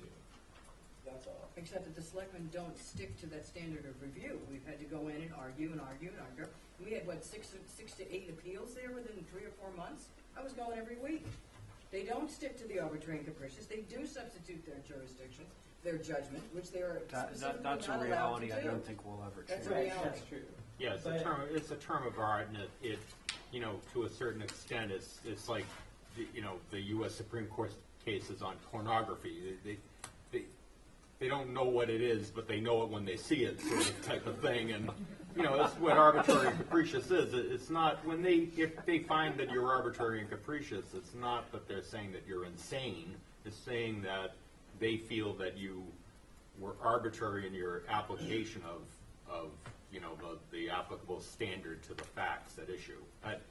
One thing that I would observe, and I'm here to answer your legal questions and not be an observer, but you don't get overturned all that often. We don't. No. But if you have a case in front of them, or somebody's taken the case to the Board of Selectmen, and they say we're arbitrary and capricious, or it's okay to cut a curb and all the rest of the stuff, we have no answer. We have nothing that gets up there and says, you're wrong, and these are the reasons that you're wrong, and I think that's, I know, Which we shouldn't be. you shouldn't have to, or have us all there, not just always the same thing. But the point is, we should have as much legal representation as they do. Yeah, but you And have is to, open to our side, rather than giving a legal interpretation, because legal interpretation is, that's what it is. It's an interpretation of the law, and it can be seen by people in a different way. that's right, and it goes to Ray's point, you know, when we're there as town council, we're answering questions that are posed to us. We're not advocating, we're trying our best to give a legal opinion, and it's our opinion, based on what it is. It can be accepted or rejected. It goes so far, you know, you have appellants that will go in before the Board of Selectmen, and they have counsel, and they are effective advocates on behalf of their clients. But the Board of Selectmen is not using town council as an advocate against the HDC at these hearings. They're Sometimes asking we feel- questions. Well, they- You know, may as feel know, that way. You and I have had that argument. You may feel that way, but you have to remember, they are an appellate board then, and sometimes you may not appreciate their questions. All we can do is answer it to the best of our ability. You're free to ask questions of the chair to be posed to council as well. But basically, right now, you don't have any structure that you would be provided counsel at these hearings. You have, and just, We used to, and that was. you may have used to, but you don't anymore. And the Board of Selectmen regulations, section 3.4 of the town charter, they are the executive board with the power to appoint town council. Right. And then Right. the town manager's responsibilities with regard to council are in 4.2. And her authority, subject to Board of Selectmen approval, is to prosecute, defend, or compromise litigation to which the town is a party. The only time that you're entitled to your own counsel is in the event a board or commission is a party defendant to litigation and the town is a party plaintiff. Right. So then you have the ability to have your own counsel selected by you and paid for out of the town council budget. But that's your current legislative scheme here. That's the only time that you have that right. So, you know, it is what it is. All I can tell you is how we treat these, how the Board of Selectmen have had us at these hearings, what your scheme is for providing your own advocacy at those hearings, and that's basically it. At one point when we were first involved, we used to see more like we would see actually the administrator was at some of these hearings. Andrew Vorst was sometimes at the hearings, and then that has sort of evolved as of late. You did have an unfortunate streak by way of scheduling issues that you know, in the winter it did seem like there was an appeal every week. There was something going on, and they kept, you know, there were continued deliberations on, which made it seem particularly burdensome. And the issue that got added to that was there were there were contentious issues involved in it. So, you know, you want to remember, you don't want to go down the road to Abilene when, you know, if nobody really desires that. You know, I wouldn't take one stretch and, you know, try to Set the rules. yeah, and amend your act. This isn't the first time it's come up. I've been on almost 20, John's been on almost 50. Diane's been on for a while. This isn't the first time the lack of an advocate for the HDC has come up. Granted, for many years, Kevin, you were on for a while, for many years we had an appeal a year until people realized that the current Board of Selectmen did not support us. And That's where the that's where problem it starts. So everybody kept going back to the Board of Selectmen. Oh, they don't like the HDC. They'll overturn them. And they did inappropriately quite a few times. Or remanded it back. Or remanded it, and it's like impossible tied our situations. hands. So there have been many times in 20 years I've seen these things get pretty contentious, and it would have been great to have the HDC have our own legal advocate at these hearings to actually promote our side as opposed to answering questions and what you're limited to. It would actually be somebody that would be supporting the HDC and representing our position. That's what I think we became painfully clear in the fall and early winter, that we did not have that access. So, No, and then we had to interesting. leave it up to Steve and his to advocate, because he Well- had a client that was under appeal a couple of times. Or, have to go up against Berman on 27 North Liberty, and we had nobody to speak for us, because all you could do was answer an opinion when he's asked, but we had nobody to stand up and represent the HDC in any of these things. 13 C Street was a perfect example. Can I just say something Kevin about? had a question. Okay. I just want to make a comment that Kevin, Kuster? Kevin Kuster, where I think it's needed to somehow be able to get counsel is in the cases where it really has a profound effect. Like a case like Martin's Lane, if we would have, been able to have, had our own counsel You did go and pursue Martin's that. Lane, Martin's Lane, which I'm still Steve Cohen. speaking. Basically the Board of Selectmen, stopped with that, and I think our board perhaps would have gone on, but we didn't have the choice. And so there are cases when I think, having counsel for something which is going to have such a major impact.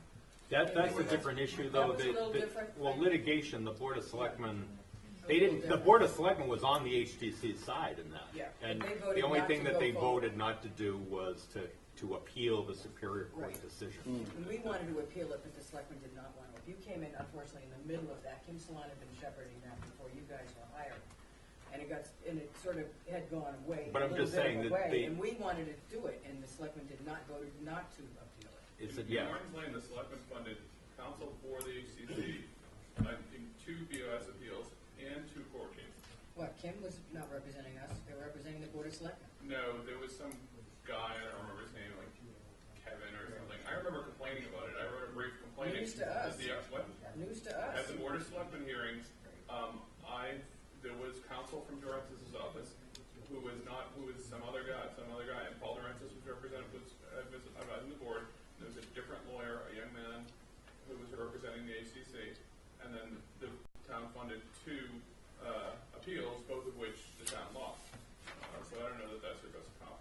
Well, I don't remember anything about that guy. Oh, I will never forget. But I do remember sitting in a room in executive session, which is now a moot point on the executive session part of it because the minutes are posted. But I do remember sitting in a room, I believe it was our building, and they're voting against appealing Nickerson's ruling. And we wanted to appeal it, and because we didn't have counsel or access to our own counsel, we were not allowed to appeal his ruling. That's where it stopped. They accepted the ruling. Because it was the second one. But And now they're in violation of the agreement. They never put the gate up. Right. So now they're gonna get something else from you eventually, because I know you've talked to somebody about it already. No, I You've wouldn't. asked, I we wouldn't. gotta put the yeah. RLS in. Can we ask So- George some questions before he has to go? Yeah. One of the things that comes up a lot, George, is it says in our thing here that we are responsible for maintaining, That's not ours, that's 40C. yeah, Ours But has, we ours are- is big and bold on the top, Diane, so. Well, let's see what it says. 40C is not the same as our act. we are responsible for maintaining an area as to the historic shape of the buildings, the streetscape, and what fits into that area. Context.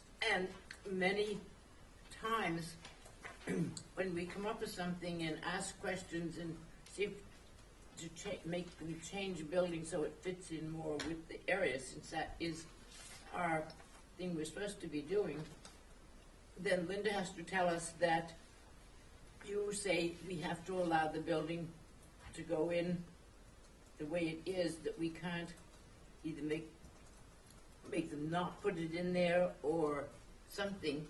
And if that's our charge, to keep an area looking historic and in keeping with the whole street, then why are we not able to make them do that and not have to give it up because she says that legally we can't do that? I don't understand the, Well, I don't know what you're talking about, because then I could explain, I can I tell do. him what I said. I do. I would like George to Yeah, explain it, but he okay? doesn't, I don't understand what you said either. What exactly are we talking about? I'm gonna give you a Streetscape, okay. context, or something? Both. There, and this discussion came up on the whole North Liberty Street thing. It wasn't about the history of that particular building, it was about preservation of the streetscape, okay? Now, something came up recently that sort of had a lot of similarities to that, where there was a lot in town that qualified for the 4181L subdivision, okay? So there was a garage on that lot that was in the back and you know, sat there, and they wanted to remove the garage, which you know, we haven't discussed the 50-year thing, but was hovering around 50 years old. Not necessarily a contributing structure. Other board members might disagree with that. But the fact is, regardless of the garage or whatever, these people were entitled to, under that statute, to subdivide this piece of property. That's the reality. So there was a big lawn there, and the fact is there's going to be another house that's an infill house on that street, which is a street full of old houses, okay? So what Diane is getting at is, to what degree can you play the streetscape card? I mean, purists would say, well, the streetscape is a streetscape and it shouldn't be changed. Then you know, a lawyer would say, well, yeah, but you know, if you're taking away somebody's rights if you don't allow them to build on this lot, this newly created lot. So obviously, putting aside the whole garage for just a second, if it was an empty lot and we approved a building there, we are absolutely positively changing the streetscape. We're adding a building. You know, the yard is gone. So what Diane's question is addressing is when we talk about preservation of the streetscape, what exactly does that mean? May I jump in and try to Absolutely, answer that? please. So, in terms of looking at the statute and the bylaw, Section 9B says that the HQC shall keep in mind our general purposes, the general design, arrangement, texture, material, color of the buildings, construction, etc. The location on the lot, the relation of such factors to similar buildings and features and structures in the immediate surroundings, etc., etc., etc. Basically, to take into account the context.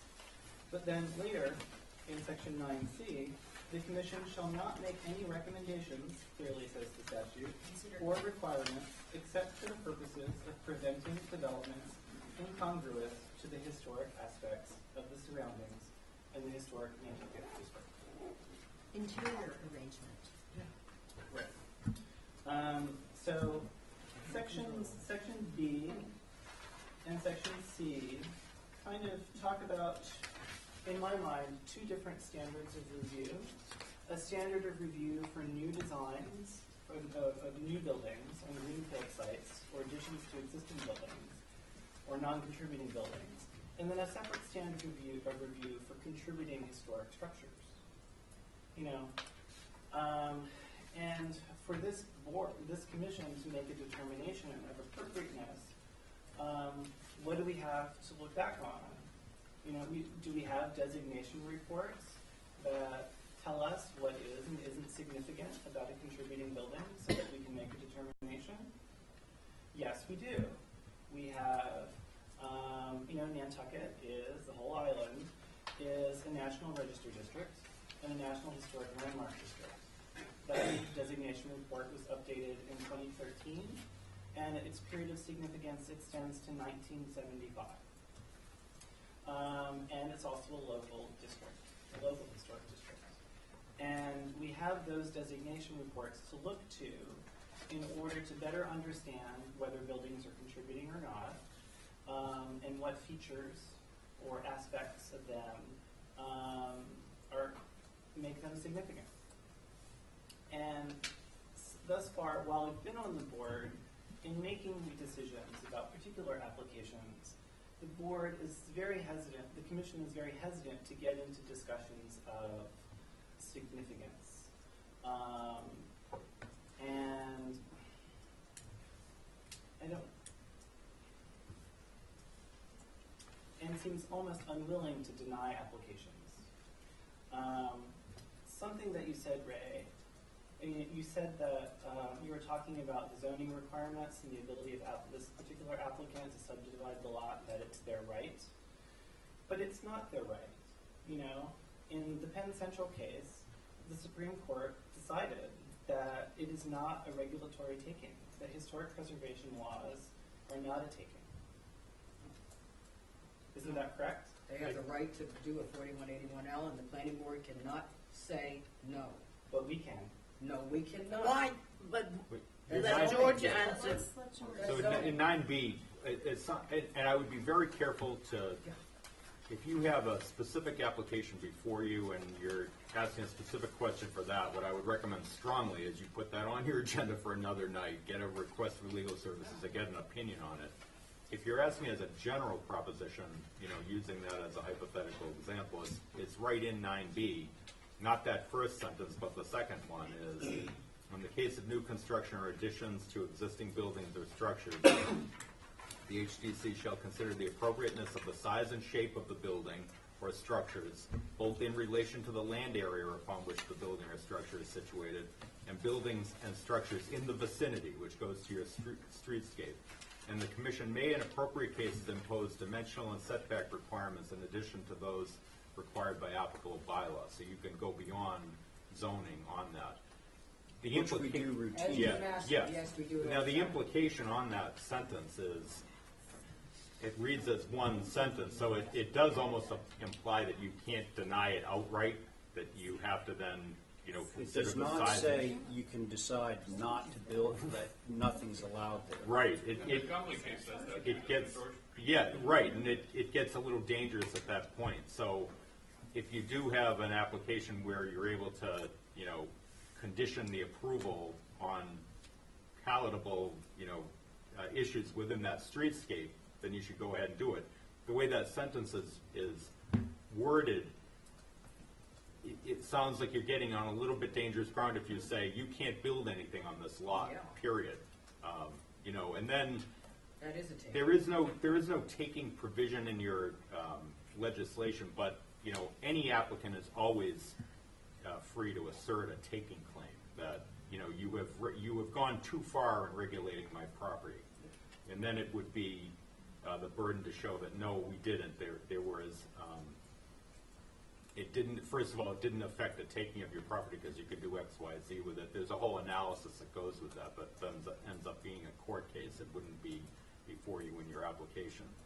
So I mean, that's the best I can answer it. Is that yeah, absolutely. You're, and we've opined on this many times. A lot of times, your decisions are based on the setting, and you know that's where Martin's Lane came up. The judge didn't accept it, but it was the setting that the HDC was so adamant on. We don't want this curb cut in this particular setting. We don't have this here, and that's completely legitimate within your legislation. But again, you know, there is case law that doesn't enable the HDC to say we want to keep this area open, so therefore we're going to deny anything. Yeah. But you know, I in can the see context, not you being- can say it. Not being able to use your property in a way, but if it completely destroys what was there, this particular street that Ray was talking about is one of the oldest streets around with one of the oldest bunch of We have buildings. to be very careful about not talking about the merits of this case. But in She short, hasn't you're, identified. yeah, But in in general- short, the answer to your question is yes, absolutely. It's right in your legislation that you can take, you not can do it, you should be taking the setting into account. That's really. Right, well, that's where what, we're coming from. Yeah. So, Matthew, can I interject one little thing? Sure. Go ahead. No. Well, I guess my question is, in terms of, it goes back to standards of review for historic settings and other kinds of settings. So I'll give you two hypothetical examples. okay, there's a greenfield site on Capon Pond Road, right? All the houses in Capon Pond Road are built after 1980. They're all well after the period of significance in the NHL, and so this is a new design for a greenfield site. So in taking account, looking at the context of this greenfield site, okay, none of the surrounding buildings are historic. None of them are contributing buildings in the historic district. They're all non-contributing. So when this commission is tasked to look at the historic features of the landscape, it's prior to any of those buildings are being constructed. Isn't that correct? Reading the statute? Horse has already left the barn. Yeah, it depends. I mean, that's a tough question to answer. It depends on your setting. It depends on the context that they were built and does it fit in with the surroundings. Whatever we approve from now Because on, they're it not has to get in. I mean, you know, you could take that to its illogical conclusion because you say, well, at one point we were an island, we had nothing on it, and Well, no, therefore, we can't take it to its logical conclusion because in the NHL, the period of significance goes up to 1975. So whatever was in the setting up through the conclusion of that period of significance, we can take into account as part of its historic setting. Which means they don't build at all? No, that's Is that not what what you're I'm saying. That's not what I'm saying at all. I don't know where Why I'm didn't going you with let him this. finish what he's saying? You know, I would say that we would review that application and, you know, look at the scale and massing of that building and have it be as unobtrusive as possible. You know, Which we did, except that nobody paid any attention to the Right. railroad it's, guidelines. I'm not Theirs talking were about going any off the particular, rails. I'm not talking about any particular case. Yeah, so I think Matt actually makes two really excellent points. One of which is that there should be different levels of review for areas where there are historic houses or sensitive areas, and then other areas maybe not as much. And there would be a different amount of time involved and whatever. And I think it's the second point, which I'm not sure, hopefully he'll agree with my paraphrase, but basically, because a lot of this legal interpretation is not written down, we redo it all the time, and the new members of the board are constantly revisiting this. I've been here 11 years, and I see this, it's like a 3-year cycle. All the time we go through this, every 3 years. So it would be great if not only we could have a consent guide, but if we could have some sort of like manual that says this is sort of legal 101 for HCC issues. And then, you know, one of the issues that Matthew has brought up that I don't think we're really addressing is the significance of the NHL. You know, is it binding? Is it irrelevant? You know, like to some people I think it's really important. I think it actually plays some role, but it's not in the act. So, you know, that's an issue that could be addressed in, you know, this 50-year rule and all kinds of things. There's so many legal issues that are debated at the table and then sort of, you know, it's the wrong place to be discussing it. It should be handled by the board and by lawyers and published for people to know, okay, what's our rule on this? Well, we've got it written down. There are no rules. Well, that's not true. Yes, it is. There are parameters. It's a guide book on purpose because every single He design meant is parameter. different. He meant And parameters. yeah, there are no rules on that design. There's legal parameters that you have to operate in, and I think it would be great if they were written down in a way that the public and the board could refer to them, so we were at least all in the same stadium. Well, then they can read the act. Yeah, well, I think Every meeting, I every agree, application. I agree with you, Steve. I mean, most other historic districts that I can think of have some kind of designation report, right? So there are designation reports for individual landmarks and historic districts that kind of limit the boundaries, that define the boundaries of those areas, and define what the character defining features are, what is and what isn't significant. And when the commission when applications come before a commission regarding properties in those districts, they can turn to the designation report and say, oh, okay, this applicant is proposing a change to a non-contributing feature. That's okay. This applicant is proposing a change to a feature that's highly significant. So we can't approve that. Are you aware that we have historic surveys on everything in the original old historic district already? In the file which we had paid, somebody, didn't we, to have them updated at some point? I am aware of that. I think you suggested we don't use them. But we don't use them. I mean, there was a They're in every recent file case. that There was comes a in recent case that I won't talk about where a contributing building was approved to be moved.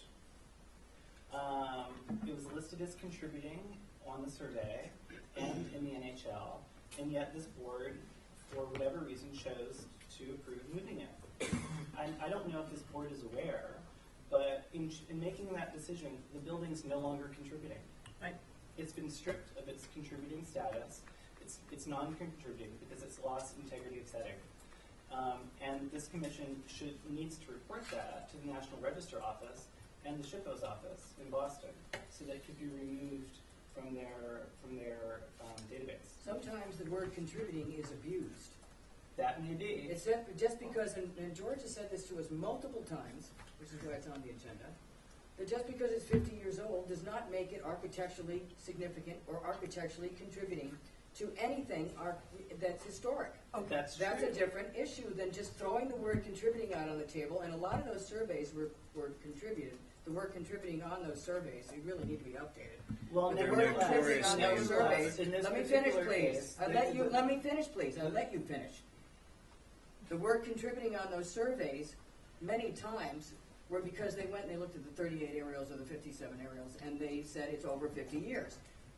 Nothing about the architectural significance, nothing about the history of the building, which is a lot of what's missing on these surveys, but they were just simply over. When I first came on 20 years ago, the only word they used was contributing is because it's over 50 years. Nothing to do with the architectural significance, nothing to do with the uniqueness of a structure, or the history, or Folger built it, or Coffin built it. That's what's missing a lot of times on these surveys from 1989, and I thought we were supposed to update them. But the word contributing cannot be abused any further. You're right. You know, there was a lot of windshield surveys and sloppiness done in the 70s, 80s, and even in the early 90s. But nevertheless, in the National Register, according to the federal government and the Massachusetts State SHPO's office, that building, that structure, is contributing. And so that, you know, what that means is if a property owner is eligible for federal historic preservation tax credits, or is getting state funding for a project, then they're required for NEPA and MHC review because they're proposing changes to a contributing building, regardless of whether that appellation of contributing is done in error or not.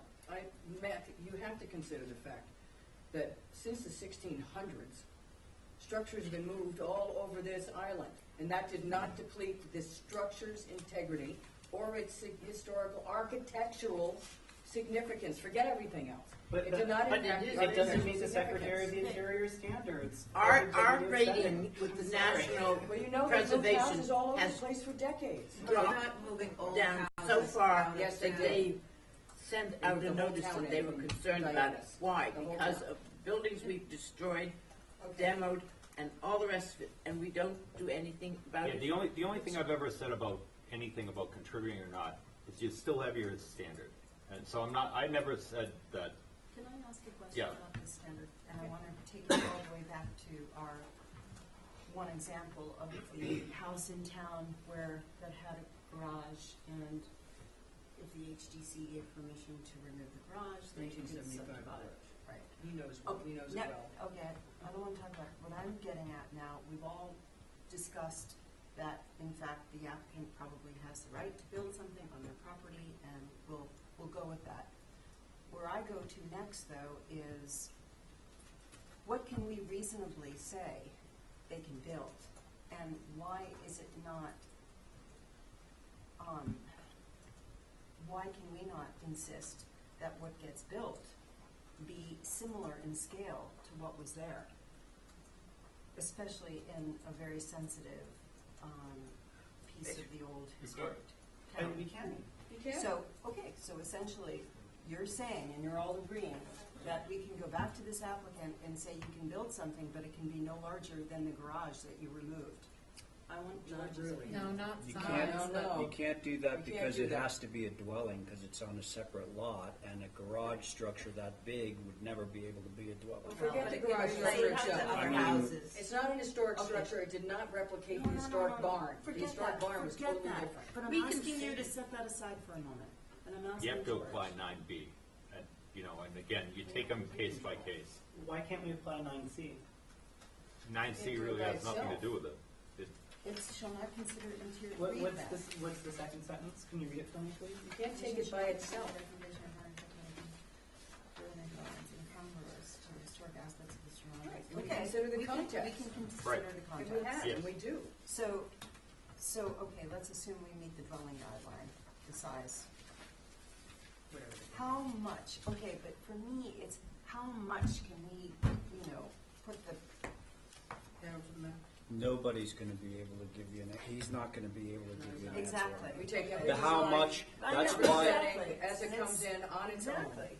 the There's no reality fact- is, and everybody that's what we knows try this, to do. every single decision And we that do this that every board single makes is day. arbitrary and capricious in some way. Because we've always made a similar decision in a different way, throughout the history of this board.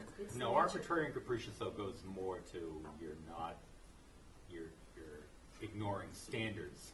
In other words, if you apply some standard that, you have a standard here.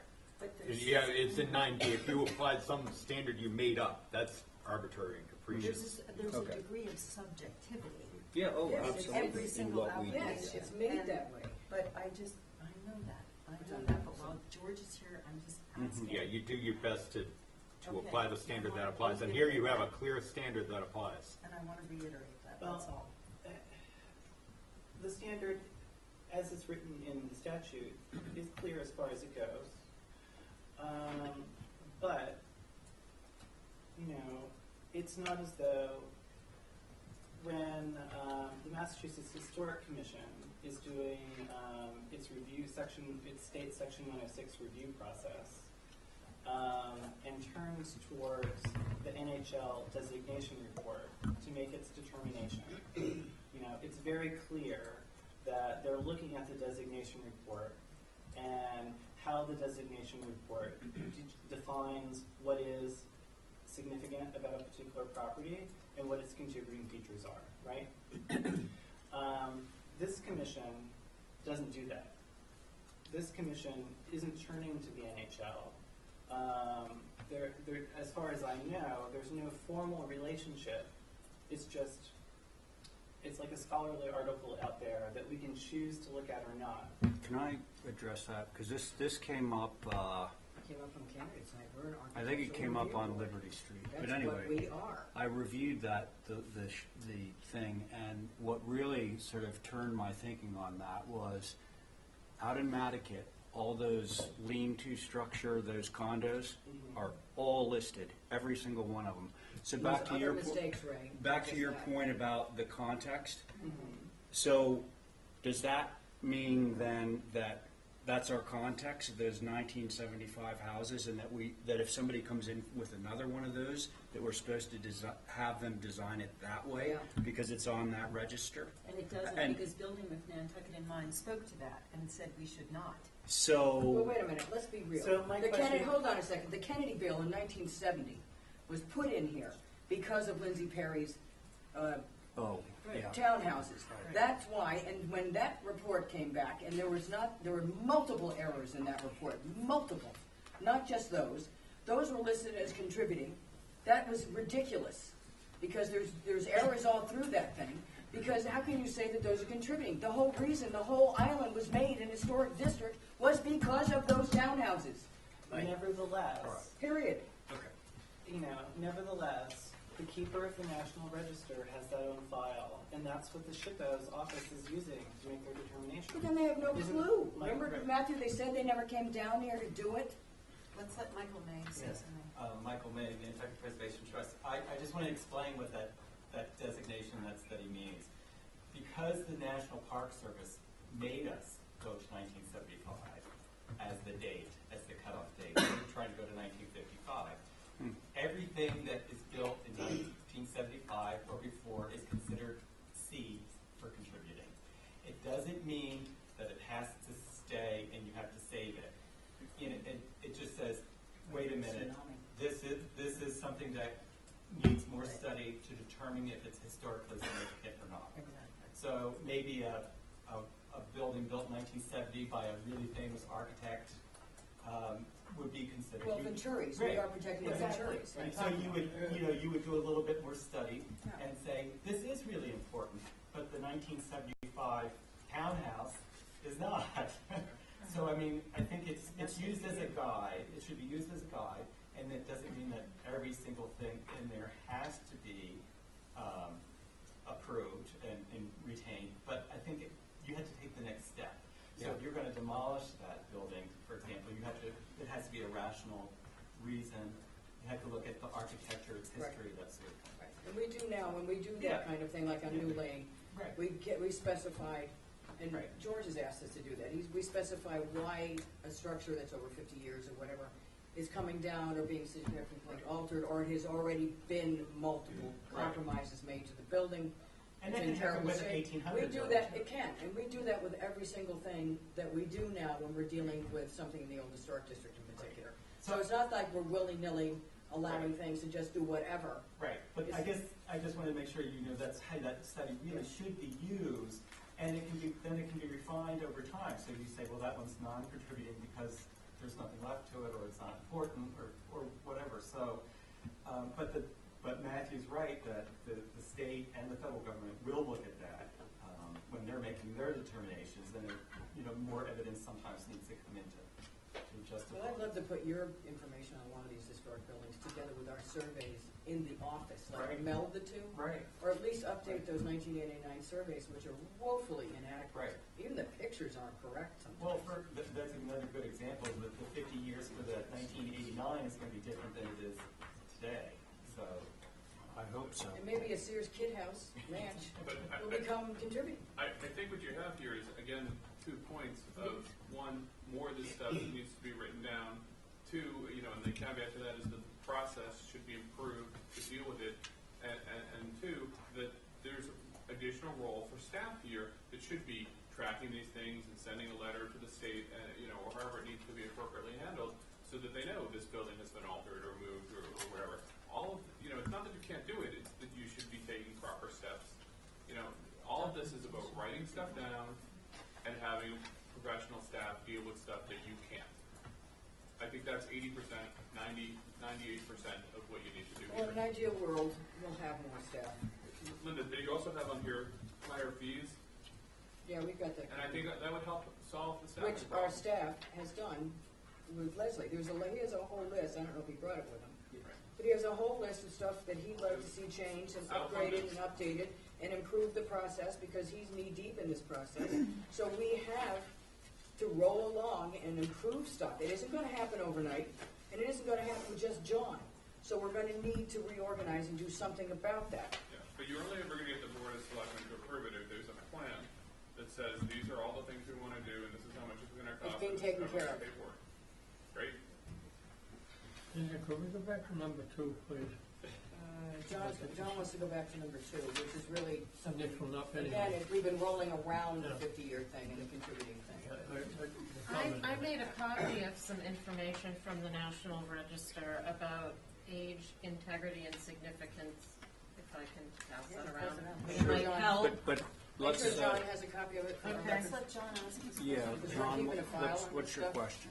Yeah, All the stuff you're throwing in the I file. had a comment on that 50-year thing that we've, in the past has been used.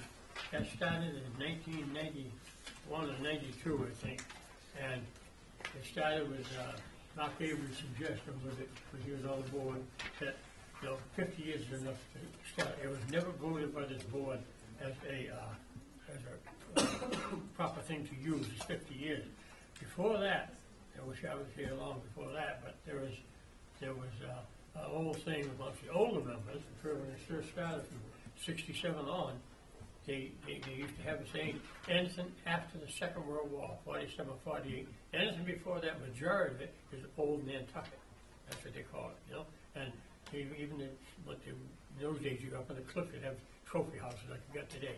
That's what I'm saying. This 50 rule should never have been, he emphasized about every meeting. We told him to stop doing that. Yeah. And eventually people got used to it. They said, oh, it's 50 years old, I can do it, And that's, we gotta just not even mention this anymore. It has nothing to do with, the timing of anything. I think 1947, 48 was a good saying in the old days. Today, it wouldn't stand up. Well, Clay Lancaster in his book, if anybody has it, has read it, Right. or seen it, Clay Lancaster in his book actually dated everything before 1920, I think, was Yeah. useless. After 1920 was useless. I forget the exact date, but it was way before the war, and it was I like, can't agree with that. I can't either, because there's been interesting stuff I'd done have to since then. demolish my house. But no, the bungalow style in the old historic district is a contributing style. Actually, the architectural architect's style. working today. So it's just, everybody's got their, where they're gonna throw the dart on that board for 400 years, where they're gonna throw the dart, where it's significant and where it isn't. John is right, this 50-year, hammering 50-year thing, though there is a standard, is just a rule of thumb, like this says. This is great, Val. It's a rule of thumb, but it really relates. Caroline, did you want to add anything before you go? Okay. Because it's a rule of thumb that we use to sort of figure out where this thing is in place and time, as opposed to, oh my God, it's 51 years old, cannot come down. Because there's some pretty bad stuff built in the 1960s, and it doesn't contribute to its neighborhood at all. Well, I mean, I think I agree with the general discussion. I mean, there is no hard and fast 50-year rule. The National Register doesn't even have a 50-year rule. For a long time, they would not approve certain things to be listed that were 50 years or older, except in exceptional circumstances. But it was mostly just a guideline to keep the preservation process out of recent controversies. But there are lots of instances where the federal government ignores the 50-year rule, like in the case of the Nantucket NHL, where they've extended the period of significance to 1975, or in designating civil rights landmarks, from the 60s, or the Stonewall Inn as an individual landmark in New York City. It's really determining significance based on history as opposed to age value only. Right. That's what we're trying to get away from. But history can mean that a property or structure is a good example of its type. And that type could be a vernacular 1960s split level, It could be. I'm not saying that it is, but in places like Phoenix, it is.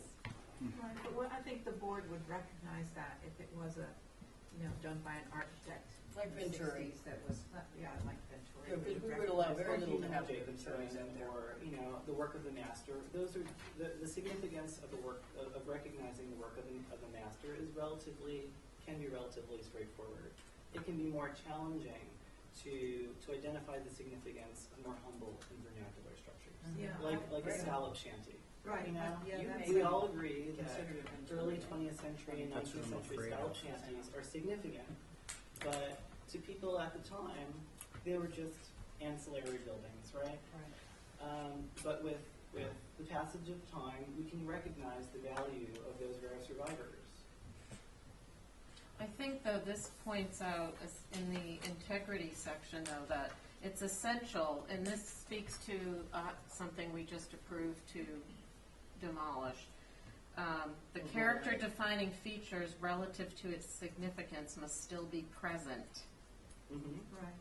and Sometimes they're not. relatively intact, and sometimes They're just the not. bulk of the building is not there, and I think That's why we allowed it to go away, because if you took all the additions off of it, it would have fallen over, because you had a Right. single wall left, and all you have is a roof. I think, you might have made a mistake there. I mean, I think that could have been renovated. That was a 1926 house. I mean, it was simple, but it had integrity. But it's not up to us to tell them they can renovate a structure. We have to consider what they came in and asked. And if they gave us the requisite findings that every single wall had been obliterated, which it had, and then you have to ask yourself how much of the historic integrity is still there. None. Saw the interior. But its You don't- integrity You in don't have to relation see to the its interior. significance. Every four It's walls not- were done. It's You're not absolutely right, integrity because you on can see its from own. the outside. well, I think that's why it's a case-by-case basis. There's no blanket Yeah. right or wrong. But I mean, look at a property like the Macy Christian House, right? It's a 17th century early colonial structure, but it's had many additions to it over time. And the building is significant on the NHL and with the state, not because it's a colonial structure, but because it's a colonial building, but it's also a colonial revival building. Its history relative to the 20th century is considered significant. So changes over time can be things that contribute to a building or site's significance. It just depends. Right. We'll go back back to one more thing, But because what then you George really has talk- to finish, yeah, and but then what Leslie you has to finish. really There's one talk- more thing, George, about the streetscape thing, which takes Yeah. us back an hour. And what you're really Every talking single about on change the, is a streetscape. Let's let George. on the historic structures, 50 years, whatever it is, contributing, non-contributing, you're really talking about, you know, the demolition Or significant change. standard, right, or significant changes. So, you know, for, in the case of significant changes, again, you're going to your setting and substantial evidence in the record. If you have reasons that are legitimate reasons for maintaining the exterior the way it is, then you should do that. If you're talking about moving that structure, raising it, then you're talking about the public interest, is demolishing it in the public interest. And all these issues about the historic setting, whether it's 50 years old, what was in there 50 years old, whether it's a contributing structure, all goes to whether or not it's within the public interest to allow it to be demolished or substantially altered. So that's really where your relevance comes in on that. I mean, sitting from the legal end and seeing the appeals you're involved in, I don't see a whole lot of issues really involving that. Because we give You know, up. well, what happened with North Liberty Street, though, regardless of whether it was a contributing structure or not a contributing structure, you're still trying to apply the standard in 9B about the setting. You know, we're looking at the context. You know, is it appropriate in light of its setting? If the fact that it's contributing adds relevant factors to that analysis, that's all well and good, but either it's appropriate for the setting or it's not appropriate, and it's for you to do that. And one other thing I'll say about your standard, even though it may not, you know, provide the degree of specifics that you may want, you are entitled to deference the way you interpret your regulations. So if you have a standard like that, you're the ones on the ground with the local expertise to judge these issues. You are entitled to deference, and I've said this to the selectmen in many hearings. They're not to substitute their judgment for your judgment. You're entitled to deference in the interpretation of your regulations, and that's just the standard. So either that gets applied correctly or it doesn't. But the standards are all there for you, and you are entitled to some deference on that. As far as streetscape, I have a comment that someone else pointed out to me some time ago. Every time we approve something at the HDC, we're changing the streetscape. So it's disingenuous for us to say that moving a 1975 barn, to use an example, out of there is significantly harming the streetscape when every addition that's ever been made, Nantucket, as John knows, everything's additive massed. Every single structure except for the oldest house up there has had an additive mass put on it at the side, the rear, the front, somewhere along those lines. Every time we approve a revision or an addition or something to a house or change a color, we have changed the streetscape. So that harping by people on we're changing the streetscape, we can't just invoke it when we feel like it. We're changing the streetscape on every single application that comes in here. We have to then decide whether it's historically appropriate, it's historically inappropriate, is it contextually appropriate, but every single application is changing the streetscape. Every single Every house single is one. has changed. So we can't just say, oh my God, it's changing the streetscape. Is it changing it for the better, is it changing it for the worse? Do we still have, is it appropriate, do we still have control over it? Which we do. You're quite right, and I think Abby's comment, it's the degree, is right on point. You know, preservation regulations aren't really necessarily about freezing things to a particular moment in time, but they're about slowing the process of change down a little bit. All right, he has to go, but we have one more question that Matt has come up because of Matthew and other people. You have told us in the past that if you're not one of the 5 people sitting, that you should not chime in on an application if you're not sitting. I don't remember saying that. I've asked you that because we kept coming up year after year, and then Durensis has said the same thing. It's come up year after year after year. We have nothing to go back to the rent. Doesn't the zoning board of appeals allow non-sitting? I have to say, I don't used see to, because we were told not to. I don't see a problem with it. A lot of I only see They're not one going to get to problem vote with on it. All they are And is making Durensis was comment. not in favor of that. It got us into trouble because you didn't know who was sitting. Oh, no, you should clearly designate who's sitting. Yeah. But there's nothing precluding, unless it's a matter that somebody was recused for, like tonight Ray got up, he left the table. Yeah, he doesn't comment. That's one thing. They shouldn't, those members should not participate. But if you have somebody who's not conflicted out, in other words, they're not recused from it, they're just not sitting on the application, they can participate in the discussion. Because You've told us that many times in the past when you first came on as town council, because we carried So- it Well, out he from didn't, Alexis. he doesn't say it now, so let's put that in our book and Michael? Yeah, I might just smoke it. in our best practices report, we mentioned, I think most other districts do have alternates, and they do allow them to participate in the discussion, but they have ones that are designated who are sitting. Really, they're not voting. They're not, the other ones aren't voting, but if somebody had, you know, Matt, for example, Well, be prepared to come you're Thursday. talking about something in Sconset, and he's not sitting, but he knows maybe, you know, because he saw the application as part of the advisory committee, you know, that conversation sometimes is important, I think, to relay. I mean, somebody could add that information, so I would really encourage that would be the policy. I think it would be really great. This, in 20 years, I've been told exactly the opposite, because it's confusing to the public. Not by me. So Does it come he up said, before? he said what he said, so we can do it. Well, the chair has to recognize him, and they're not chiming in without being recognized, and that's going on too much. Okay, I have one application out with Mr. Pucci. I'm trying to get it straightened away. If there are 8 members here, they already picked out the fact we're gonna sit on an application. Now, I'm not one of the ones sitting, but I'm a member. If I have an opinion on it, you know, and I'm not a neighbor, Right, you're not I'm not recused, involved. right. I can't step off and speak as a public person. Yes, you And can. a public It's just opinion, saying- that's Yeah, me. you Other you people can, or have- you can sit there and give the opinion. Right. No. Hang He's on. representing himself. No, But right, he is but not in a butter, he's not anything, and he sat on it. You cannot then get off and go over there. No, I'm not going to say No, that. he's not doing that. He missed a meeting. oh, He missed a meeting, so he's not eligible to sit on it. right. Correct? Linda, Well, hypothetically. if he, did he So, do the certification? Okay. so You cannot if then we could come. write down some of these things, and then they were in black and white, we wouldn't have to revisit them every 18 months. But that doesn't We happen don't. very often. It's a public meeting. He's still going there. The issue is, he missed a meeting, or Ray was away, or Christine was away. They can't now come in and have a comment about something they've not been on. Linda, They can't even call it in. Why not? They can't vote. They can't vote. They can't Still come vote. back in on something we spent 3 weeks on and they have never seen? Well, they can't vote. Right. But we can offer an opinion.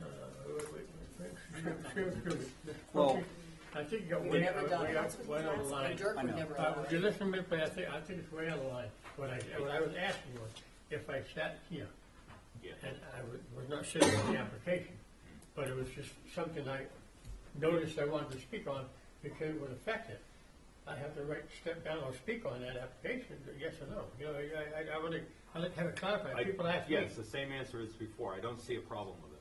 Yeah, You're right, Linda, on the part about the Mullen rule, that's a little more dangerous, because, Yeah. but on this routine situation where you have 5 designated members, and then you have somebody who's not conflicted out, they're not mullened out, whatever it is, there's no problem of them speaking. I mean, as long as you, as the chair, you're running the meeting, you recognize them, you're running the meeting as chair. We're gonna But cause chaos and it's gonna add hours to Well, these meetings, because that's not so- what we've been doing for years. But it's going to maybe make people understand what the proposal is that's in front of us. I'm saying there's two differences to it. Your policy decision as chair about how you want to run the meeting is one thing. The legality of somebody who is not a voting member but is not conflicted out for any reason, the legality of that is perfectly legal if you want to And recognize even them if you for them miss to a speak. meeting and you cannot mull them back in, you miss 2 meetings, you can't mull them back in, they can still all of a Again, sudden that's a little, throw something on the right, table that the applicant has never a formerly addressed. voting Hang member on. then trying to participate is Wait, a little wait. different. Yeah, that's not fair to the applicant. George, so, But the applicant can ignore it. hold on. Unless you wanna create chaos on the table. I'll accept what you're saying. You know, that's why you're here. There's a potential for chaos because That's 8 what people. happened, and I've certainly been on the other side of this table many, many times. You have your application, you come before the board, and you get 5 opinions about your project. And it's your job to go back to the office as an applicant and sort through those 5 opinions and say, okay, what are the majority opinions? What do I do? You know, who am I redesigning for?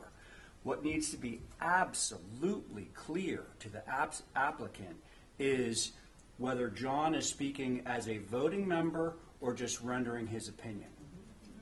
Okay? Yeah, and it should be that is designated. that is up to the chairman to decide what the protocol is, I believe, to Absolutely, that's what I said.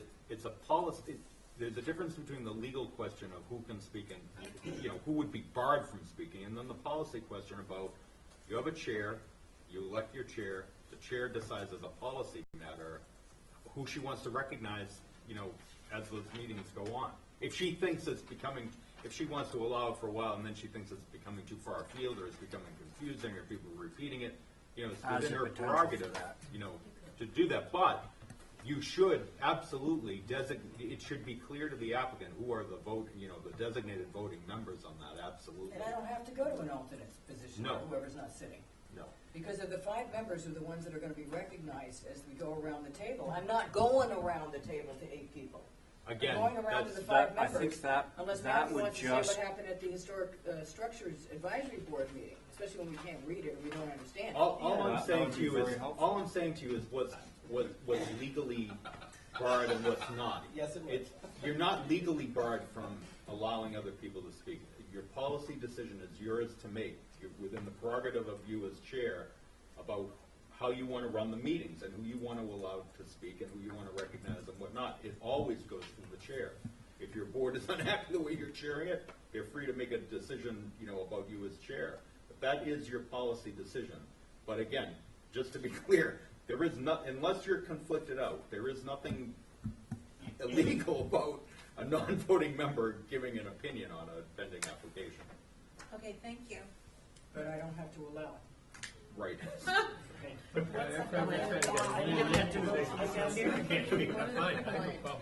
In general, I Especially think if it's been in here for No, 6 perfect, months. somebody asked me. only speaking for myself, things that I would wish to share with my fellow board members are to inform my fellow board members. So, you know, at a recent meeting, you know, I wanted to tell my fellow board members, if you vote to move a contributing building off of its lot, that means that we're going to have to send a report to the SHPO's office to alert them of that. You know, That's fine, that's an administrative thing.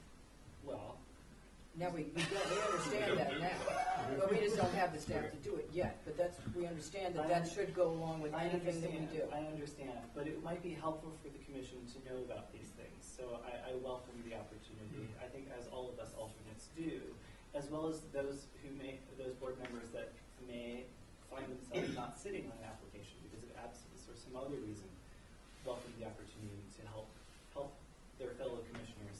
As much knowledge as we can learn from each other, it's most important, not running it down to the nitty-gritty. You know something that we will all benefit from. And it And has an to go applicant. through the chair, Diane, and. there's I been never reason- said he didn't, Linda, I just He's been said, offering his opinion without going through the chair. Well, but now So we now have we've got it straightened out. we have an opinion. Protocol and process, so. Yep. And I see later on number 13, we'll be talking about time limits for applications. We tried that. Matt McEachern used to sit back there with his computer, remember that? And he was like, trying It to, he had a does little need to come spreadsheet into and all that play, I stuff. think, though. You'd be spending a lot more time if I wasn't dissecting him and finishing and making him complete in the office, okay? Or come in and bubble something. Just come in and bubble it. Then it shouldn't be accepted, right? Well, they can't stop it coming over the desk. It doesn't get stopped until I stop it and put it on the bed white.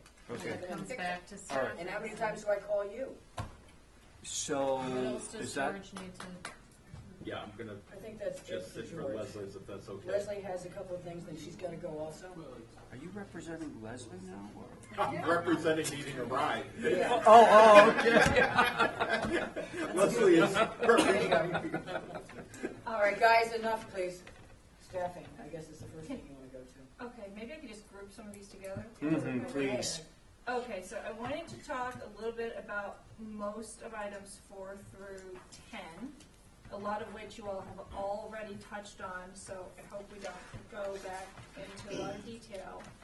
But I did want to point out that the first organizational meeting that I was a part of, I think, was in early 2013, maybe late 2012. I sent that, they have it, a lot of the old ones they have. And at that point, there was really an extreme amount of staff, or an extreme amount of dissatisfaction with staff performance. And I think we've come a long way since then. I understand that there's still a lot of improvement that needs to happen in a lot of areas, but a lot has improved over the past few years. So, you know, back when Plus first started, the inspection wait time was over 6 weeks. Right now, the administrator does the inspections, and he is held to basically a 48-hour standard to perform the inspection. So after he performs the inspection, and this came out of a prior organizational meeting, he's required to put together an inspection report that shows, it has a checklist and it has pictures attached and that kind of thing. So there's a record of the inspection. If there are questions about whether it was done correctly or incorrectly, the applicants can come in and look at it so they know if they failed, why they failed. Before, it was just this vague pass or fail and no one knew why. So I think that's come a long way, and that's, you know, a bit more time consuming, but it's definitely better. It creates a record. It improves customer service with inspections. There were also a lot of errors with agendas and meeting postings. Hold on, stay there for 1 second. Leslie, did you mention that you require him to give you a list of his inspections every week? Yes, and the time spent on them. So. Okay, so agendas and meeting postings, and this was a huge problem for the commission. You were getting a lot of open meeting law complaints, and that is completely removed. And a lot of that is because of the involvement of the chairman, Ms. Williams. But I also want to give a lot of kudos to John. You all keep in mind he is, you know, one of our administrative specialists. He's not an administrator, so you know, we need to be careful about not putting too much pressure and too much responsibility on him, but he does a really good job, and I hope you all recognize that. And he's very organized. We so do. I think, Absolutely. you know, the agendas have improved a lot. The operation of the meeting from a staffing level has improved a lot. When we first started, you know, the meetings were a little bit of chaos. Staff didn't know which files were in the baskets or the order, or, you know, just that function was not good. So I think we've come a long way there. In the follow-up after the meeting, I mean, there was a staff rotation coming to these meetings. So depending on who was at the meeting or who wasn't at the meeting, you know, no one knew what was going on. So I think having a single person coming to every meeting has made a huge improvement in customer service and response to the board members. Not that he has anything else to do on Tuesday. All right, I think overall customer satisfaction has improved with the HDC process. And again, I know there's a lot of room for improvement, but generally speaking, you know, we receive many, many less complaints than we did back in 2012, 2013 when this first started. The 60-day tracking constructive approvals, that was a big issue. No one was tracking the 60-day deadlines. Constructive grants. Yeah, the constructive grants. So we haven't had one. Haven't had one in a long time, but you had a few. So there's a system in place that's being tracked. We use a form now where we ask people to grant an extension if the commission's not going to make a decision within 60 days. So, you know, there's just some basic administrative stuff that needed to be improved. And we have also expanded our land use specialist positions. Those positions, as well as the zoning compliance coordinator, can perform work for the HDC if needed. We just hired a new land use specialist. Her name's Holly Backus. She has a degree in historic preservation, and her emphasis now, anyway, is at the planning board and the zoning board, but she is interested in historic preservation, and she can be used as a resource if we need her. So just so you understand that there are, you know, other people in the office that, you know, can be shifted around if necessary. Also, with Holly, she has taken over this RFP for building with Nantucket in mind. You all may remember that you got some CPC funding to update that. It's sort of languished. 2 years ago, And, because he never did the RFP. again, back to her interest in historic preservation, this is something that we thought she could work on. It's really pretty minimal in terms of her other responsibilities. The fee changes, we've been talking about fee changes since 2013, or maybe even late 2012. Same with the application update. I would just like to say that I spent That's coming. hours It's coming. Just wait. on redoing the application. Okay, Some so, things that have been left off, we can't leave off. But to go back to the fee thing, we had been given a fee change a couple of years ago by the administrator that was simply doubling all of the fees, which was unacceptable. You clicking your little. David Barham then, in the work group, I think, we brought in several different ones. There was one from Cambridge, there was a couple from the Cape, various ones. Then David was gonna do one for us. I think he came to the meeting at one point to say he was gonna do it for, based on the Cambridge one. That never flew. So last week, Leslie and John sat down. John had some ideas. Last week, because he's taking the money in, he sees what's going on. Leslie and John sat down and did this, which makes a lot more sense. We're gonna have to have a public meeting if we accept this. Post a public meeting at the beginning of one of our next couple of meetings to ratify it. Can I ask a question? sure. Confirm or deny. I've heard that the fees, if you increase the fees to the HTC, basically all those monies don't stay within the No, HTC. they go to the they're black just- hole. Yeah. So the funds collected by any board or commission go into the general fund. But what will help with the fee increase, you know, if there are additional monies collected, that can help us make an argument for additional staff. Staffing. So for instance, last year we increased the building fees, as you may know. Mhm. And we were able to get another building inspector full-time. Okay. So that was the argument that we made to the Board of Selectmen. And that was effective. So, and I don't know when your fees were updated last, but it's been, I would say at least 10 They're years. really low. They're pretty low. They're really low. Really low. Linda, that document, is that something you could circulate to the email list when Do you you send guys these out? have, you have more copies of this over there? I made enough copies for anybody who showed up to take a look at it. Because we're gonna have to have a public hearing on changing the fees. Why is swimming pools, tennis courts, and solar installations? Why is solar installations? John didn't give me a Because copy it's of, hardscaping. he and I did this weeks ago. It's hardscaping, and it has to go in someplace. Well, okay, so let me just go through this real quick. All right, guys, good? So this is the format of your existing, Guys, all the tape is gonna hit, is all the shadowing going on. It's hard for these things to pick up, because Terry has to do it off this tape. okay, so just for discussion purposes, we use the format of your existing fee schedule on the back of your application. So everything in strikeout is what would be removed, and what you see in red would be the new fee, or the new multiplier. Mhm. And swimming pools, tennis courts, and solar installations were grouped together already, so we left it. I mean, you guys can certainly do something else with that. This was just something to get the discussion started, to move towards a reasonable fee schedule. Because even the like-kind replacements, they were coming in with no fee. And even the like-kind replacements, there is a paper chase that has to take place. Right. And you have to review them and make sure that they are actually like-kind, because before things were going out without being like-kind, but they were ruled like-kind. I caught a couple of them.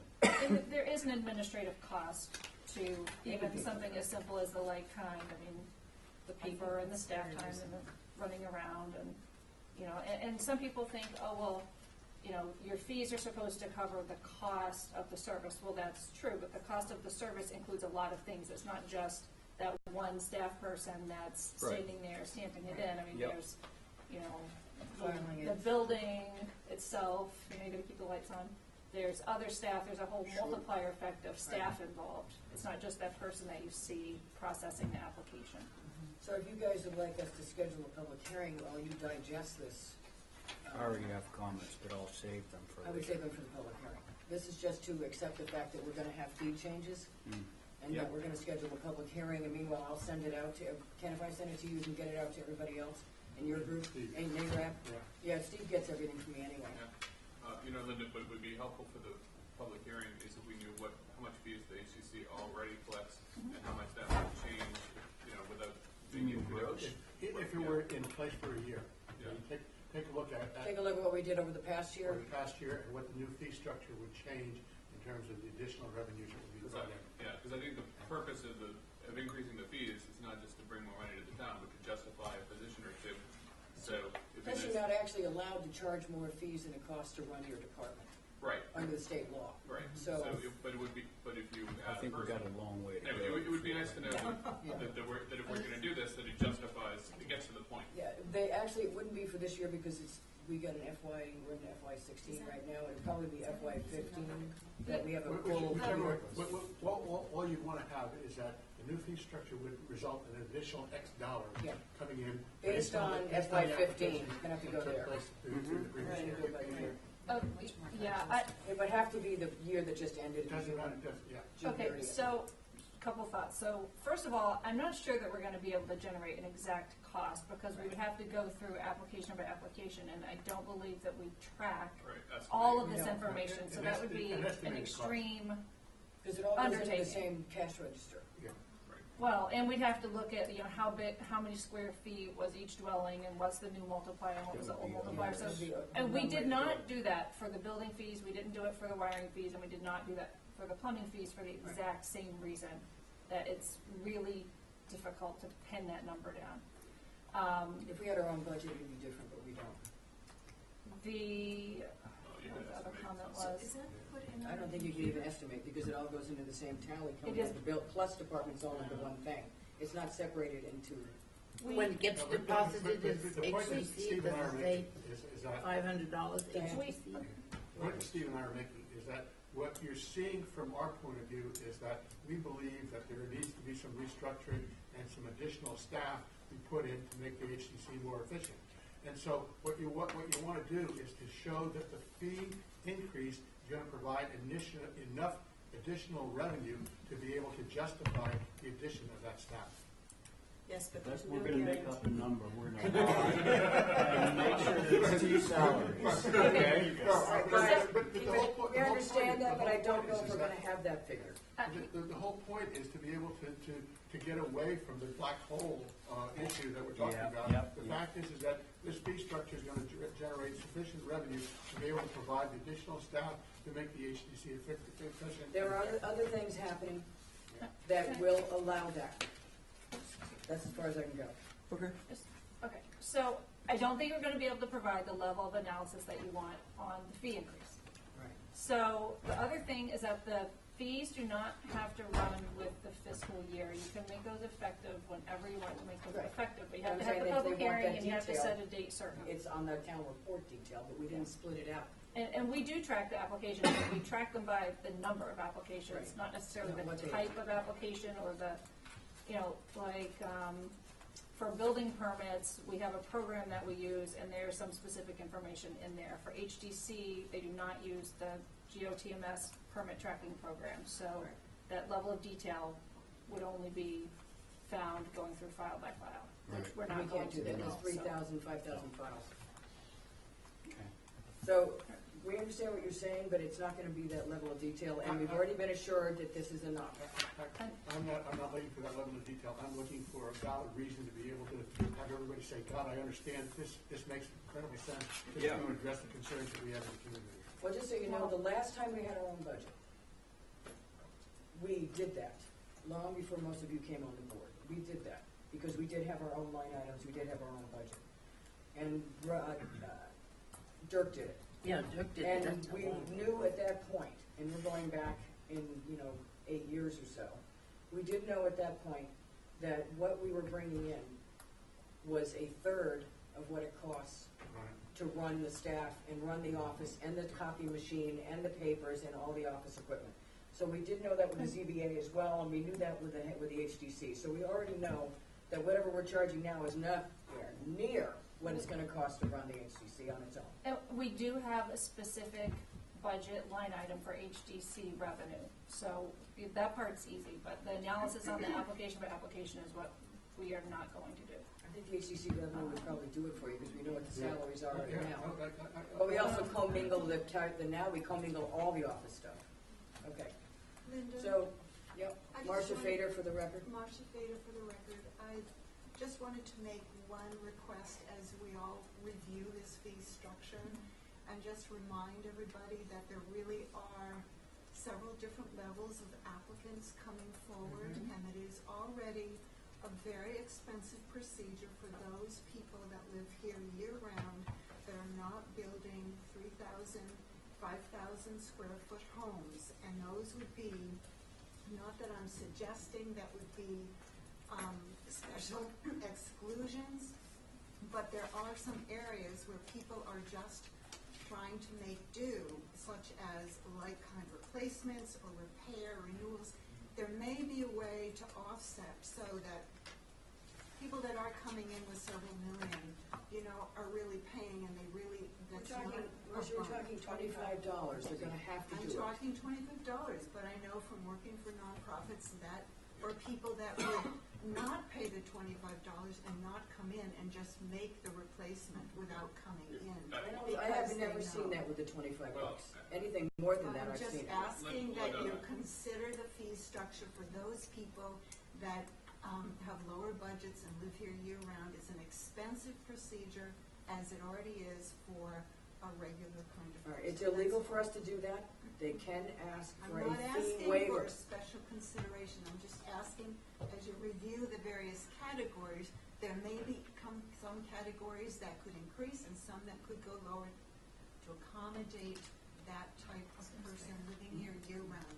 Well, they can ask for a fee waiver, and many times people will ask for a fee waiver. Right, and But I'm they not cannot do it any suggesting a other way. fee waiver.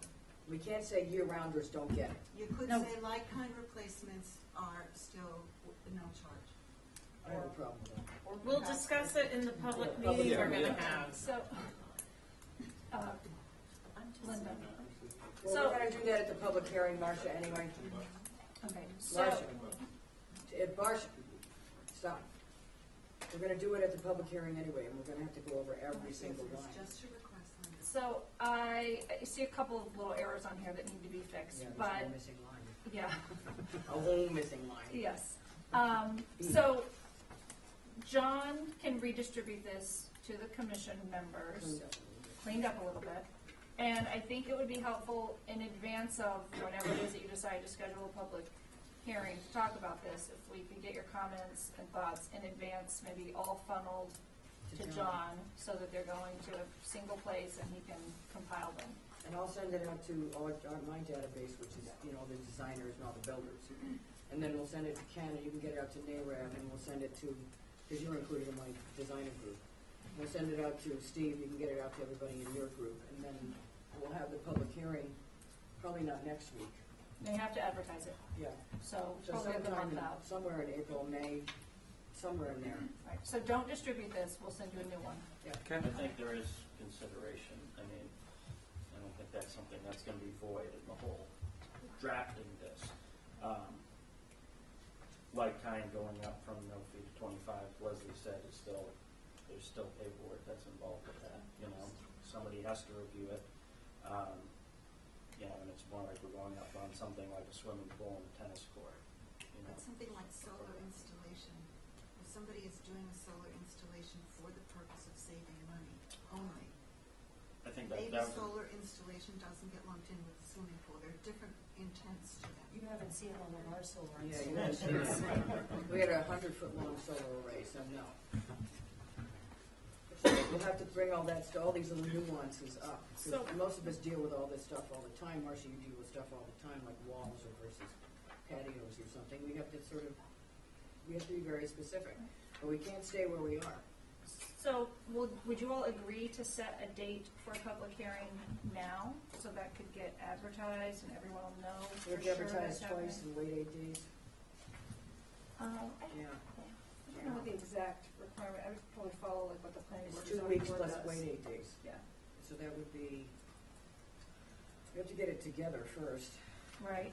So we're Would that be a talking- public meeting here within the HDC? Yeah, we did it right at the beginning, it's the last time we did some changes at the beginning. That's fine, we're opposed to. All right, 5th. Oh, town meeting's this weekend. Did you miss that one? It's Saturday.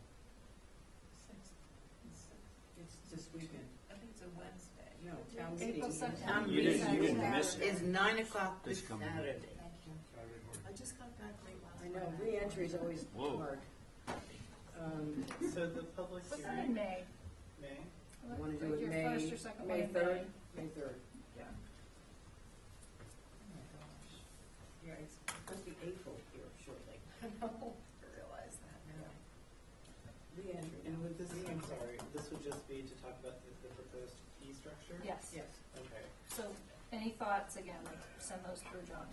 But on tonight's agenda, they're redoing the applications and other That's kinds gonna of take a lot things. longer, and that's administrative, that is not a public Okay. hearing. Okay. And I do have one comment on the application. I think I mentioned already that you all have been talking about that since 2013. There was a work group that was I gave, we got copies of Okay, it. so I have some. Yeah, I gave them to everybody. You all have the last triplicate form, In the maybe past. in existence in the United States, but definitely, And it's this big, definitely at Plus. and it's not And online. We've managed to phase out all of the other carbon copy applications. I mean, these are No. very expensive for us to I have a print. separate sheet that goes Um, with it now. I think probably anyone coming in here, for the most part, would say they would rather have something That's what we're doing. digital We're and gonna something go more show you that user-friendly. And, Good conversation. so, Give us hell for So it. we're working on it, but we're gonna do it through the work group, and it's probably just gonna be going to staff, we'll do it in-house.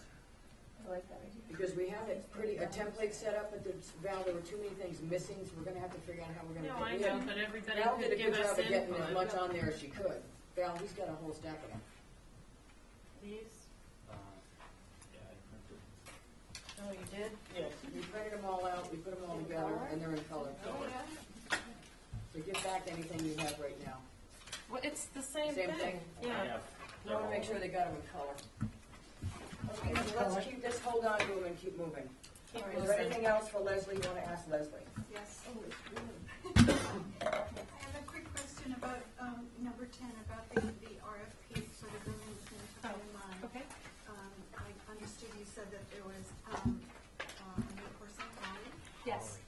I guess what I didn't understand was if it was going to be done totally by Holly, or I understood that there was a CDC grant, so I Yes.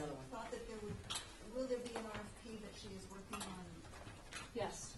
putting out? Yes. Yes, she will be putting out an RFP. We had put out, sort of like a letter of interest or maybe an RFQ, I can't remember, earlier, and we didn't really get a good response back. So we're going with a more formal process now. So she's gonna be working on that, and she'll have to work with the CPC rep assigned to it. So. So do you have a sense of date for when that might go? I don't have an exact date, but soon. I mean, that's something that we want her to hurry up and wrap up. It's been languishing, and the building with Nantucket in mind desperately needs some attention. If John needs one, can you give that out? John has one. I need one for town council, one for Leslie. She's got one. Madam Chair, can I ask two questions to Leslie for you? One is the Plus management going to be putting together or working with the agency to put together a proposal for staff role and functions? Yes. And two is someone going to be putting together, writing down all of these things so that we don't do this every 3 years, in terms of a consent agenda and legal standards and other things that would be helpful for the HTC. I think building with Nantucket in mind is one side of the coin, and the other side is the practical aspect of getting a house approved at the HTC, or at least knowing what you're getting in for based on your neighborhood or your type of design or whatever. I just think it would solve so many problems for everyone from every perspective. Linda, that's about filling out the application. I took a glance No, at that. there's gonna be something along those Yes. lines to do that.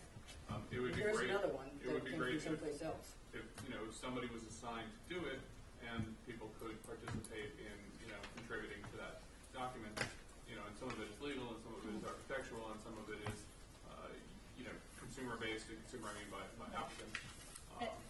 Well, that's something we can look into, and maybe that's something that Nantucket, building with Nantucket in mind, morphs into. Maybe it morphs into something beyond just a guidebook. Much more user-friendly with a lot more advice in it. Right now, it's a little, I guess, archaic. I guess it doesn't really relate to what we're seeing these days, solar, user-friendly.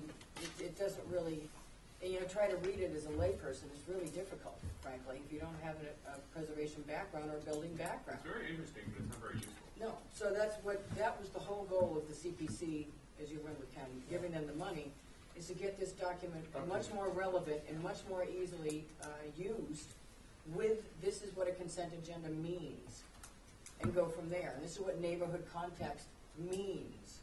You know what I'm saying? This is what a bungalow style means. Generally speaking, certain things aren't really, we don't see that on bungalows, and 2-over-2 windows aren't usually on colonials, and things, just advice. We can come up with a billion things sitting at the table. With that in mind, what about reestablishing the DAC that I we brought used to that up have? last year. And The Design Advisory Committee. I thought that was a yeah, I nice brought that solution. up a long time ago. He's got to go, but I brought that up a long time ago. We can always get that back at some point down the road, back on the agenda, because that was very helpful to people. It's huge. But we have HSAB that doesn't really get to meet with the applicant. They rarely show up unless I send them in there to talk to them. So DAC was something we could say, oh, that's not gonna work. Go back to DAC, and Michael would be on DAC, or Mickey would be on DAC, as well as whatever they're doing at HSAP. And they would help you design it, because Neil Parent basically ran the DAC, and they worked through an awful lot of problematic designs before we ever saw it. And if we see something coming to the table that's going, are you kidding? It's like We go free to the advice, which DAC is and work great. it out with them first. So that was very helpful for years. Or that could be done through professional staff. Nice job, nice try. All right, do you have anything else for us before I have to take George to the vote? No, I don't think anything else relates to him. He's got to go. Okay. Thanks, George. Thank you very much, you. Leslie. Thanks a lot. Thanks, guys. Thank you. All right, you know where to find me. I know where to find you. Every day. Bye, Leslie. Bye, Thank you. George, thank you. Do you want to take a brief break here? Yes, You mean for please. the, Meeting. 5 minutes at least. Quickly, guys, as part of this whole thing, I want you to just take a look at them. There's some stuff we gotta add back in, that may be difficult without making it this big. No, it's just merely an idea. But I think it works. We just have to add some stuff back in off the original one. Part of that, and we're gonna come back with a recommendation on it, because John's got a recommendation. I see them every day. I just got something literally that thick. 10 pounds came up from New York City for a freaking window change. Why do I need this? You've already Oh. approved the house. let me guess. Let me guess. Oh, I know. And it was like, Yeah. are you kidding? Gotta And why- justify why do we those need that? fees. We need an 8.5 by 11, showing what the window's doing. May we break for a moment? Yeah. So that's the biggest thing we're gonna do is change the submission requirement. So that's part of this thing. This is all gonna be computerized now. It will be. I haven't heard that. Who's putting it into the Right now, computer? you can't download it. It It would goes down to It would be nice if it 8.5. wasn't carbon paper, if you could see it. They can, no, they'll actually be able to go in on a Word document and fill it out online and print it.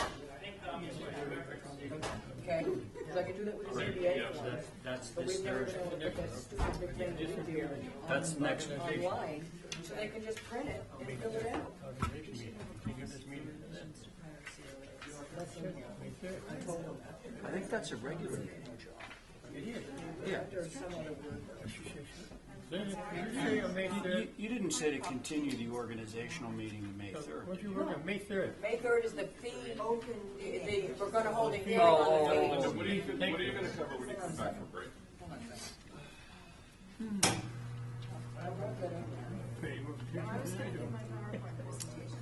I try, Christine, how was your trip? not always We successful. had it all done in the office, it just didn't get on there, like this line should be crossed off.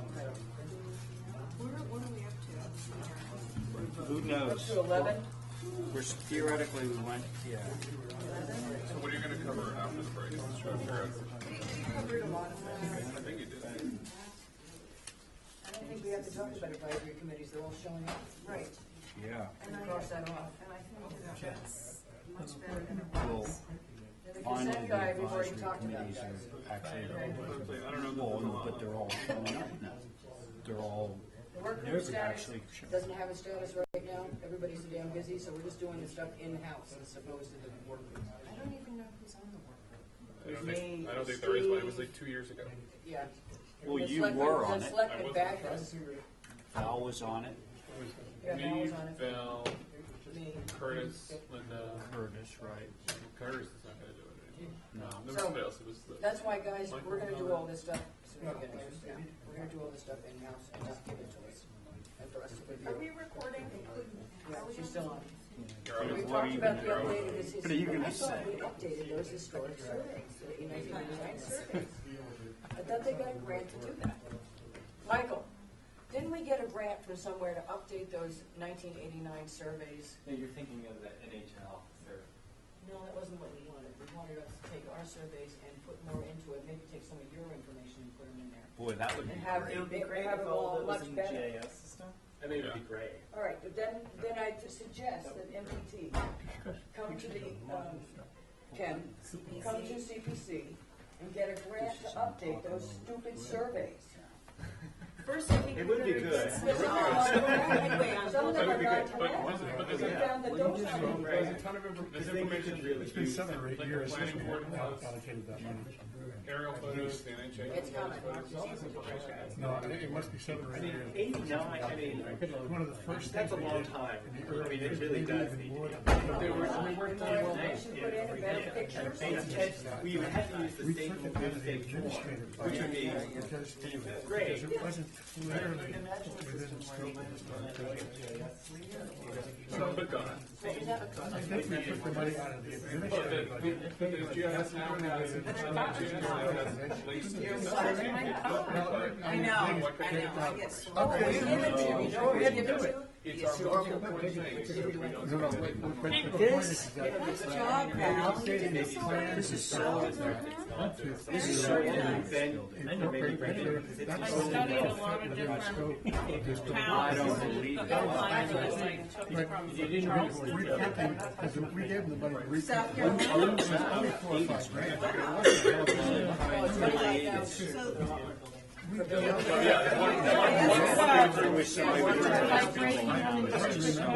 yeah. That one, I mean, that's what long you do gone. is that I need to stay The information on tax returns Hey, look at creating new, this is what they call it, opposed to a new Madigan. Couldn't it be, Well, I think that helps with the I already have a map for that. what was It's said. Woodburn Lane, yeah, no, it's great. Woodburn That's Lane, where we right? want to go. I just don't know the mechanism for it. Oh, I think we yeah, have that's to have a the public hearing. Yeah. And I don't think we have to go to town meeting. Yeah. Maybe not a lot of it. Probably not. So that's on there.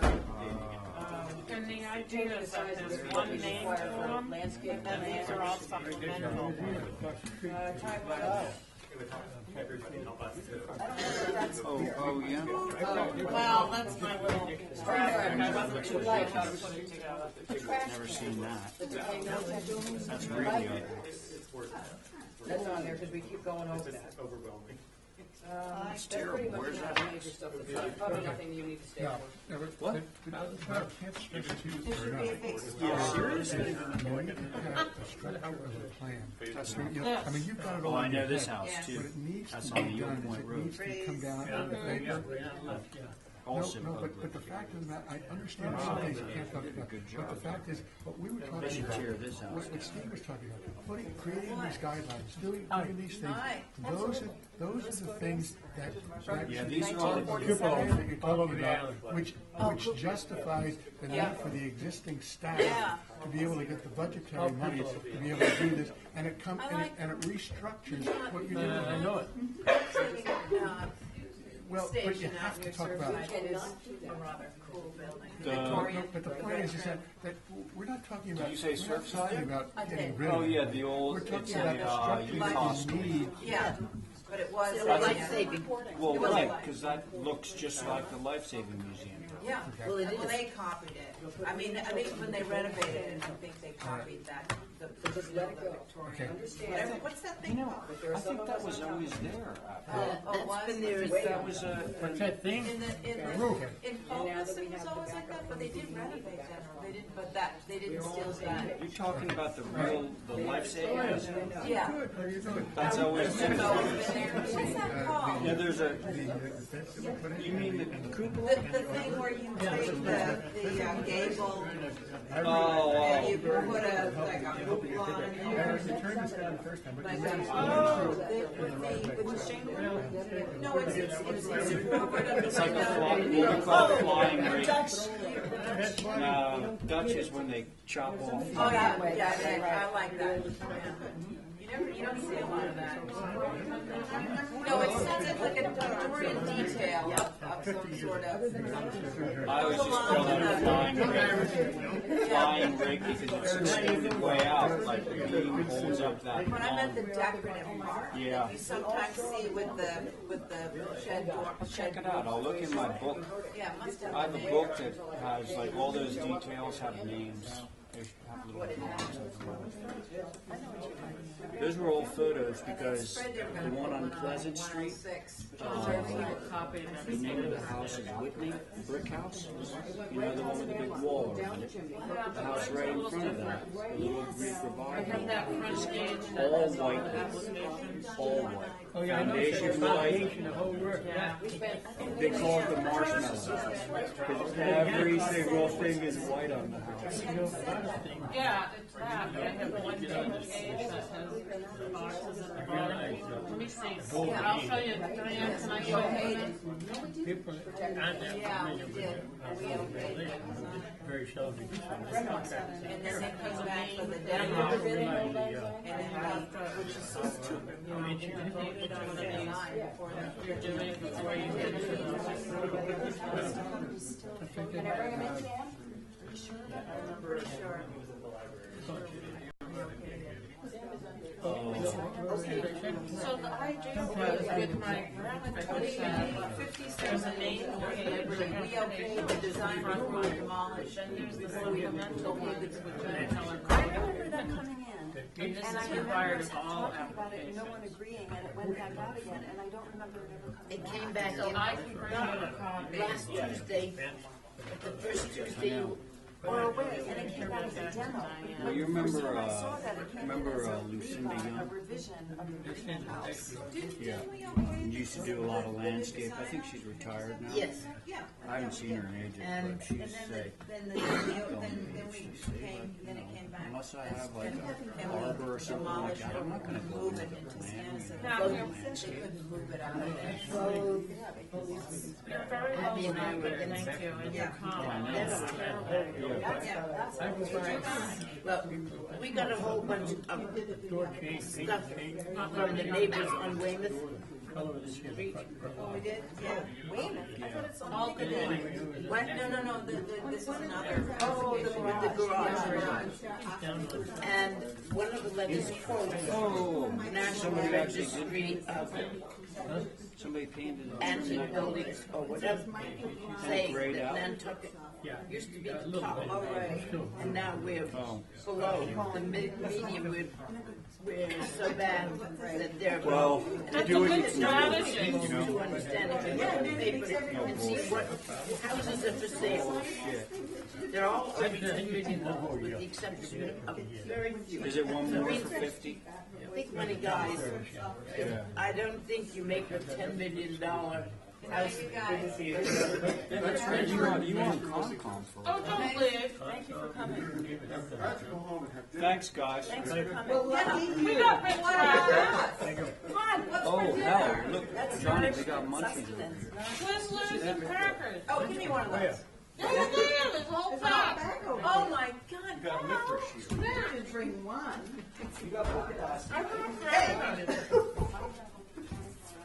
Yeah, I just really enjoyed it.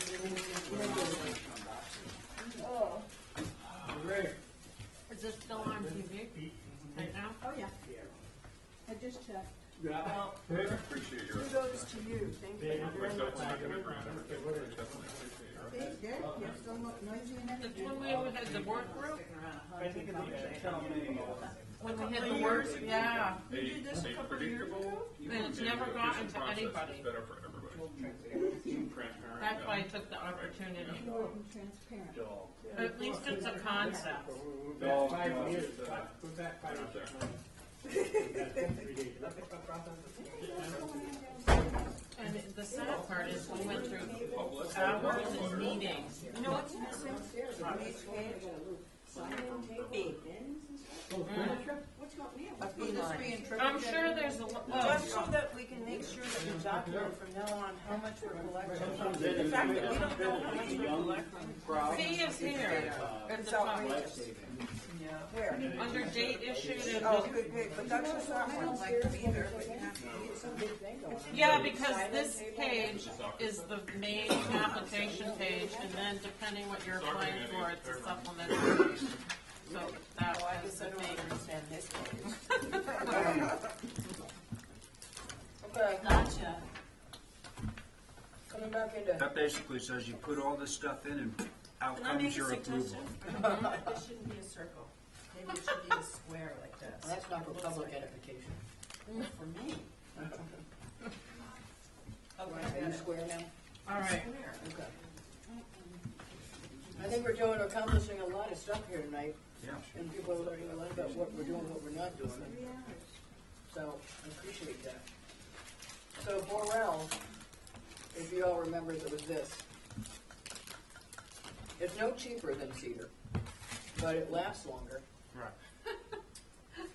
And we were gonna come up with a policy, their Green Lumber and Shepley are waiting for us to come up with a policy on this. They actually have it on their lumber desk. And I was in there when they were telling people you can't get it yet because we haven't come up with a policy yet. I'm laughing because I didn't know what that was, and I thought it was some Wood? case name for Yeah, I did needing too. a bodyguard at a meeting when somebody's out of control, and I'm like, oh, I can't wait till we get to Does that. that do big groove on the other side without the bead? Yeah. So it's Yeah. trim. You can So get what's that a milled any bodyguard? which way. Yeah, you can do whatever you want with it, but it's used for trim. And what we came up with, this is actually made from, we had the presentation, Matthew, I think before you came on, maybe? Yeah. It's The made from Builders coal ash. Association. And I made her come in here too. And we did it at the Builders Association. And they're all like, yeah, it's expensive, but overall longevity and ease of use because it comes beaded and everything else. So exterior trim only, it's not supportive, it's not structural. No. And what we came up with, we all agreed that we would do it. It just, we had to come up with a policy on this. Now, we've allowed bodyguard, which is not cedar trim, it is pine, but it's a rejuvenated pine, whatever they call it, sustainable pine. And there are people, all SHM Path is sustainable bodyguard, because it is cheaper, does last longer, it comes, I think, primed, which is why it looks like it's white, but it's not white, they're painting them all the grays. So, we have to come up with a policy for both of them. What has been thrown around in the past is that the bodyguard, because it's not cedar, is not allowed in the old historic districts, Agreed. okay? Because I'm gonna have to type this up and get it out to people. So what is that actually made of? It's made out of coal ash. Yeah, but bodyguard is the pine, and Yeah. bodyguard is not cedar. An old historic home shouldn't have pine trim. Oh, I Well, didn't know we could get Hang into on. that. Well, Yeah, hold we've on. got to come up with policies for Hold on. both of these things. People are using a lot of bodyguard right now. Half of the houses in town have pine trim. Now, But not bodyguard, we which is very dense. we can't deny using pine trim. But we could deny doing the bodyguard, which is Well, impregnated. we have denied using bodyguard downtown on old historic structures. No, I'm It should agreeing have with cedar trim. I'm agreeing with you. Okay. Couldn't you make could you limit the use based on the age of the structure? Like whether it's in the old historic district or not? I'm not sure we want either of these in the old historic district, Right, but like because you're so close to the structures. right.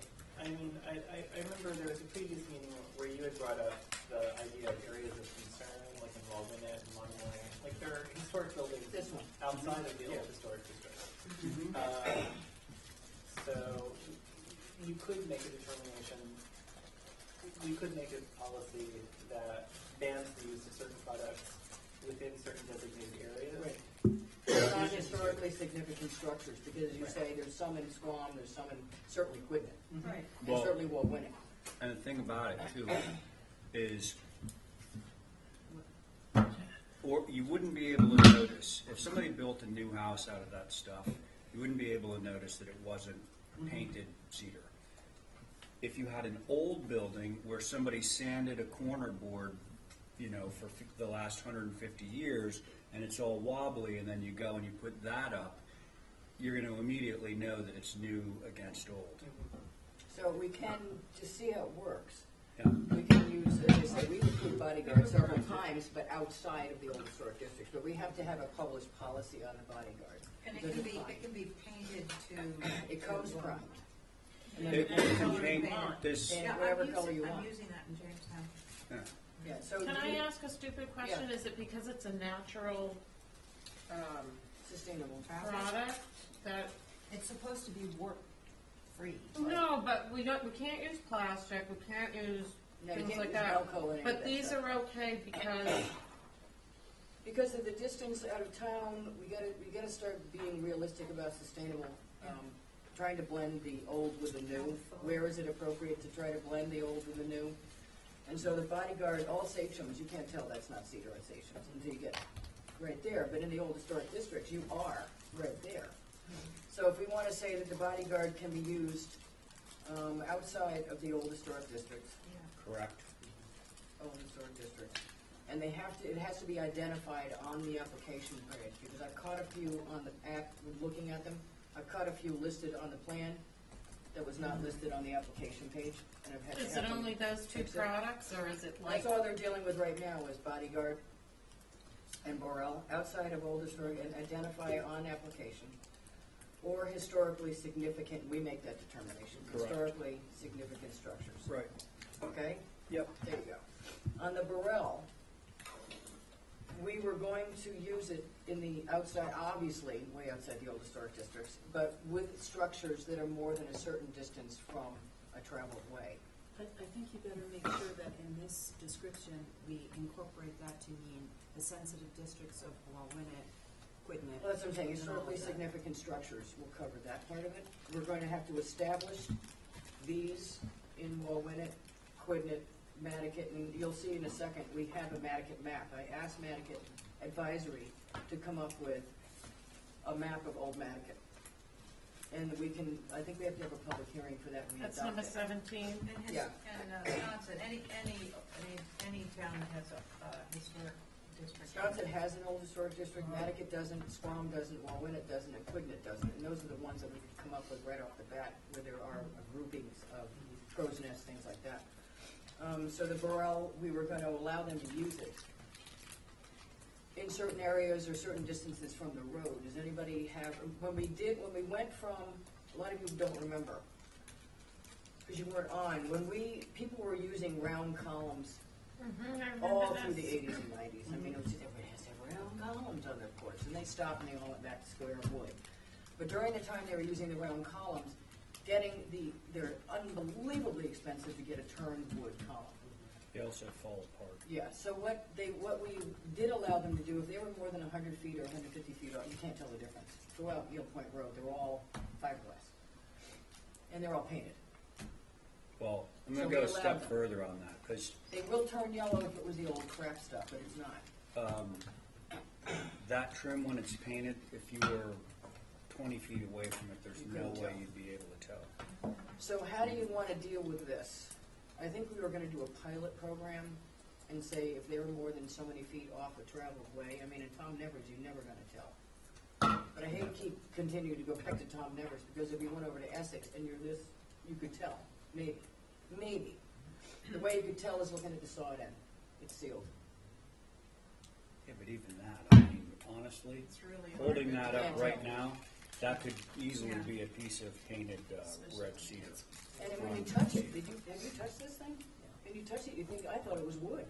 Some sort of a compressed wood. Yeah, it's. I have very little concern personally about, I would not want it to be within sort of tactile distance from a public way, but if we said, 10 feet, 20 feet, it's gonna be plenty so that you will never know Well, the best thing to do is to go with the largest setback, which is 35 feet. That was in the LUG, that's LUG Okay. 3, and then it's 20 in LUG 1, 30, you know, it's varying, but that gets you the bigger lots, Sure. that gets you out of town. Now, obviously, the 35 is off of any public way. Meaning that if you're 10 feet away from your A travel neighbor. way. Travel way, sorry. Yeah. So if you're up on your 10-foot setback, then you're not getting it. Does And as it they say- break that badly? Well, Diane, this wasn't broken when it got to you. Diane. What happened here? I think John, I'm somebody stepped on sorry, it in my Diane car, broke this actually. piece off. Are there other jurisdictions, like the Old Kings Highway District, do they have policies regarding these materials? I think they have more of a stranglehold on things than we do, because I've got their old book at home, and I've You talked to know friends who live there. Jim Barry, the new building inspector, He came used to from be over the there. commissioner in that area, and he has a lot of insight on that. I'm seeing him Yeah. at 8:30 tomorrow morning at my house, I can ask him. What happened to Steve? No, he's in addition to Steve. Oh. So what we've got so far is almost the same thing as the body, outside of the old historic districts. 35 feet minimum from a traveled way. It has to be identified on the plan, on application, and not on historically significant structures. Correct. Are we willing to try it? Yes. Yeah, we Okay, do you want to take a vote that I can, I'll have John mail me what I wrote up out to you guys. But you guys are okay with it right now? Yes. Somebody want to make that motion? We'll give it a try. Well, it has to be one of the 5. Oh, I'll make motion. What do All you- right, Diane's made a motion, because there's 8 of us, you can have 5 votes. Diane's made a motion to approve the use of bodyguard and morale under those circumstances. And I'll get out the draft language to you through John and get back with any comments to John. All those in favor? Aye. Cool. All right, that's out. It's the coolest This stuff. side, on the outside of any house. What?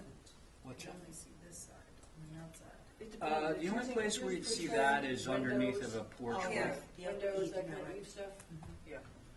All right, this will go back to John, you can take it back to the office now, get out of my house. The hardscaping plans are coming in I know. like this, if they're trying to go 1/4 inch.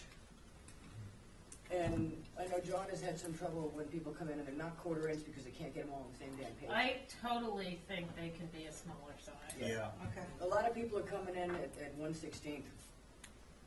it's fine. So long as we can read them, because if sometimes they come in and it's like, I can't read it. No, I'm speaking from someone who's been reading small plans. for Yeah. the last couple months. So if you guys want to take a vote to allow landscape plans, As long as we they're can to read them. scale, and it doesn't matter Right. what scale. Exactly. Okay. As long as we can scale it at the table. Right. Okay.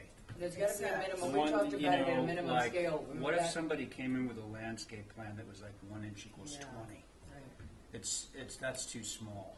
Yeah. A So lot of there has guys to are be, doing 1 and 20 on their site plans. Well, that's Yes, what they're they are. drawn in a lot of times Yeah. with surveyors.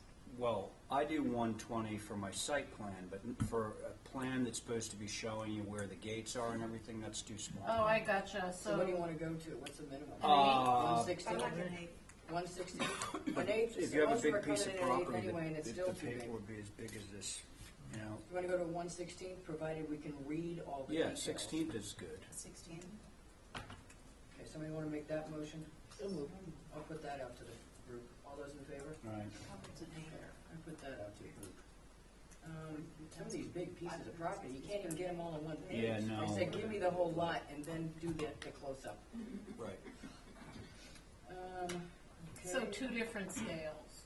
That makes sense. Yeah, The overall picture and then, and I can say they've got to do reductions, you know, and close-ups. So wait, what are you saying now? And we need an example Main of house. the stone, mm-hmm, the gates, the arbors, yes. You mean walls. the style of the stone? Yeah, Yeah, because too many like a times I'm picture. sending, Pictures. right now we have what, John, we have 3 in the office at one, right now that are incomplete because all I got is a plot plan. What's the stone, what's the patio stone, what's the wall stone? Detail of the Often not fence. dimensions on the patios and stuff.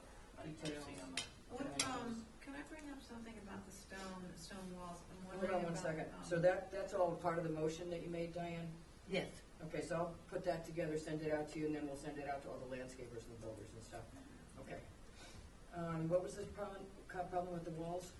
I wanted to know what the feeling of the board was about the Pennsylvania fieldstone versus, river The stones. rounded Riverstone, the Hudson Yeah, Riverstone? because it seems to come up a lot. Well, we do allow that flat stone when they already have it on the property. There's quite a few of them out in Pulpus, out in, oh my God, everywhere out in Pulpus, that's the whole direction. They're all using the Pennsylvania fieldstone. Well, it's funny, when I And they're first old. started applying to the board, I'm with you, I know what you're gonna say, because I had to do my whole, when I first started driveway applying to the over. board, Gwynn Thorson, it was Gwynn Thorson's day to shine, or years to shine, and Gwynn did the flat laid walls. Oh. And so, Always. those were the only walls that were getting approved, flat laid. And then it was only after quite a few years that people started entertaining the idea of Riverstone or Pennsylvania fieldstone. Rounded fieldstone. Exactly. So, Because that was supposed to historically correct. These flat walls are very typical of Connecticut, Yeah, Western Rhode Island, they're Mass. all over the But there wasn't a single flat stone wall built on Nantucket until more recently. It is more accurate to say that most fieldstone walls in Connecticut are rounded, and they are. The ones I've seen. no, that's correct. That is absolutely correct, and they are dry walls. Dry laid. But what you're talking about, Christine, are the old walls, like in old farms. The new walls, like if you go to Greenwich, No, that's but the. I've gotta say, I've been to Rhode Island every single week this winter, and they're all flat stone. All of Really? them. Yes. Nantucket's Rhode Island. walls, original walls on Nantucket were not flat stone because they didn't have that flat stone here. Well, they used to use the ballast from the ships. They rounded stone here. Yeah. Because we didn't have fields separated by those walls. So what We makes had what split rail makes it fences. appropriate to one application and not to They're another? not I guess that's appropriate. my question. It depends on I guess we're back to setting and context again. The ones on Main Street are largely rounded at the moment. It really does depend. How about Most West of- Sankey in Wisconsin? And that's not good. Because he still doesn't have that wall approved the way we want it. What about So let's keep moving along here. on Somerset Lane and the, He's dealing with it, they were away. Oh, that. He has it under control. I met with Marty out there, they know exactly what they're gonna do and how far they're gonna take it down and how they're gonna feather it down. But, the Calman's been away all winter. Yeah, So he's waiting for them to come back, and so Marty and I have already talked about where our problem was with it. who was the stone builder, Yes. did you find out? Because he lived 2 doors away from them. Okay. It's his nose. So time limit per application, we tried that, Val, it didn't work. But it could. No, it There can't. are other jurisdictions that impose time limits, and I'm just throwing it out on the table. Like in New York, for example, for the LPC. Yeah, but how many do they see at one time? Not 150. It's just that some take an hour and 45 minutes. Oh, well, I'm not gonna allow that anymore. I was talking about not time limits for application, but time limits as for speaking time. Not for commissioners, but for applicants and public testimony. Yeah. So at LPC hearings, applicants get 5 minutes, public testimony gets 3. And you know that. So everyone knows it, does their homework, they write concise, well-written presentations, and then they present them. Oh, believe me, they've been told. They came back the second or third time on some of these things and said the same damn thing. And to avoid having anybody think that we did not hear them, we don't have controversial ones very often.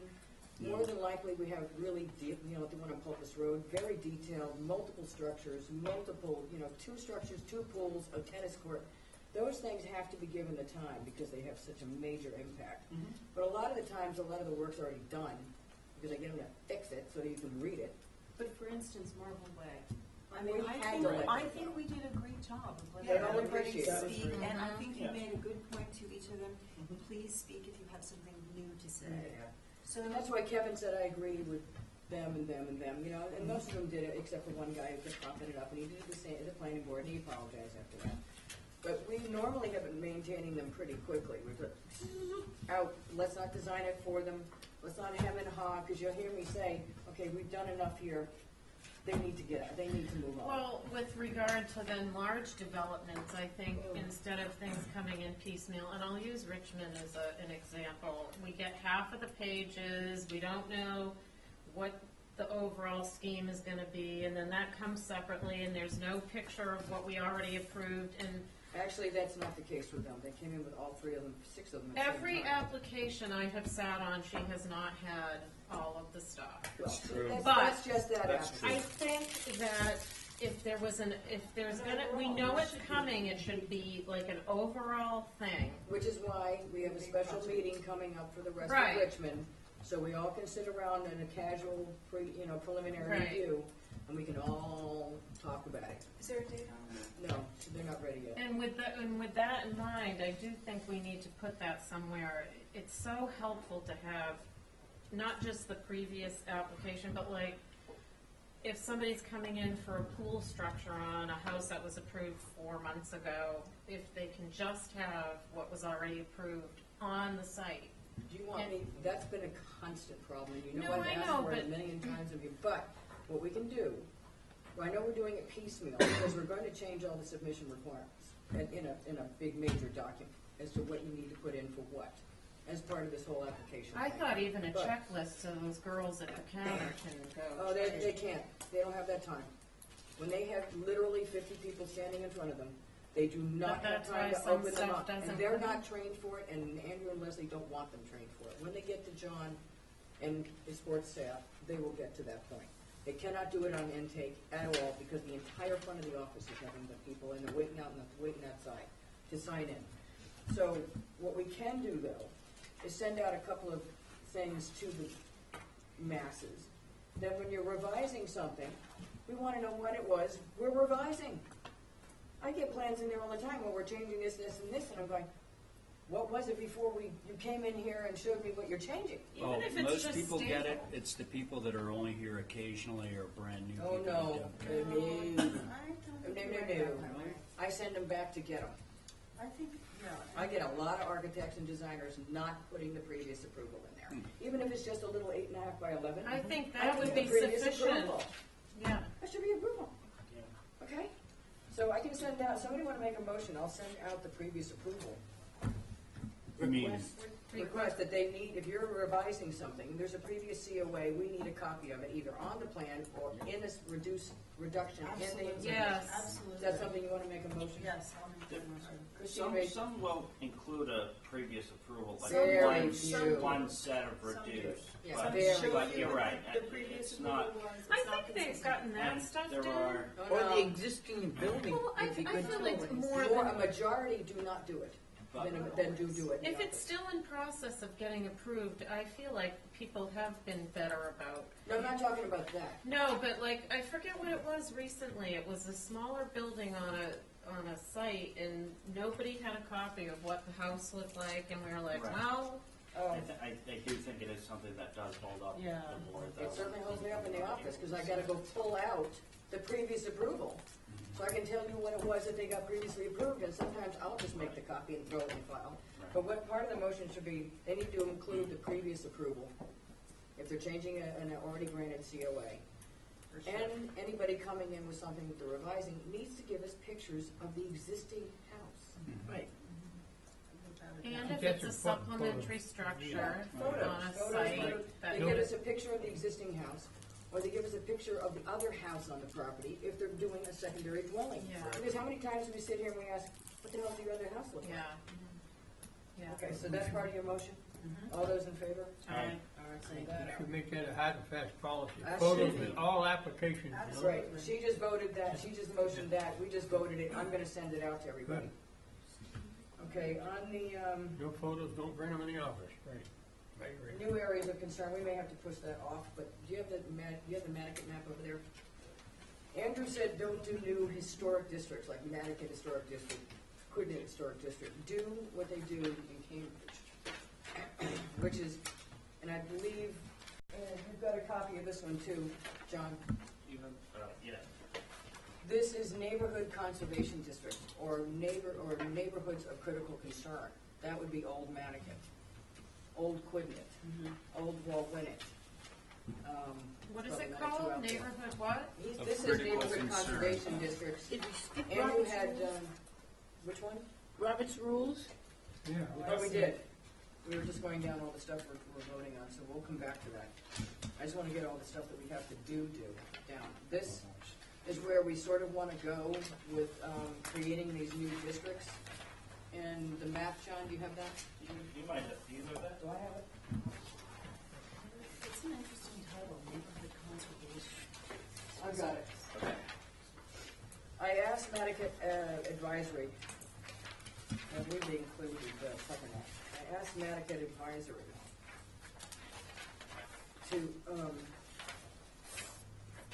to come up with what they felt was Old Nantucket. It's very hard to read on this little one, but I can read it better when it came to me by email. And basically, that gives us a little bit more oomph when we want to say that we don't want a 30-foot structure on Tennessee, or something along those lines, that it has to sort of fit in with the neighborhood. Or like what happens to you now on old, On Long Pond. That was ridiculous.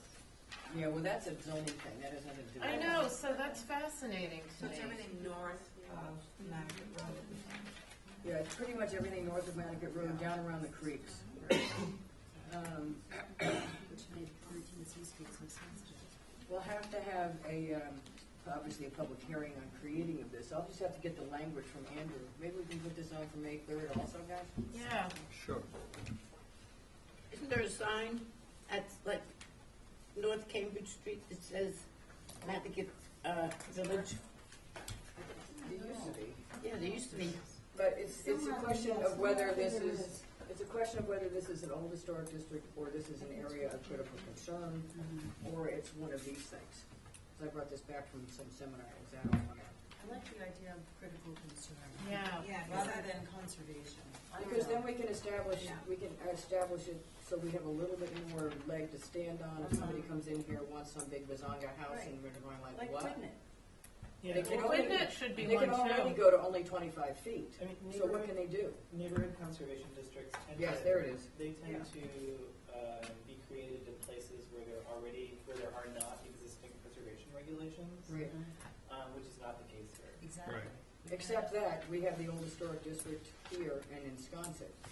And we're trying to identify areas of, because I asked this question when I was at this thing, I think it was Lexington, whether, would that work without creating Nantucket Old Historic, Quidnet Old Historic? And they said, yes, you can do that, because it doesn't quite rise to the level of town or Sconset, but it has its own thing. All the fishing shacks and things that are getting destroyed one piece at a time. And 25 foot was already taken care of because we did that specifically in Nantucket to stop them. But then we've got all this new stuff that's trying to get in under 25 feet, like Maxby building and stuff like that. So I can research this a little bit more with Andrew, but that's where we were headed. So the detriment to making an old historic district per se is what? It's too hard to designate it? It's too hard to designate it. I think it's too hard to do it when we have such a mix as opposed to downtown, where you get this occasional infill. So I just gotta figure out what exactly that gives us. And Matthew, if you wanna do some little research on this and how do we do it and what we're doing, that would be great. But I thought that was an idea that its time is past due before it gets I too think far out that's of good. control. Can I ask a question about this neighborhood conservation district? Yep. It says, questions and answers for property owners, and it says, what is a certificate for COA? Then it says, do I need a certificate for interior work?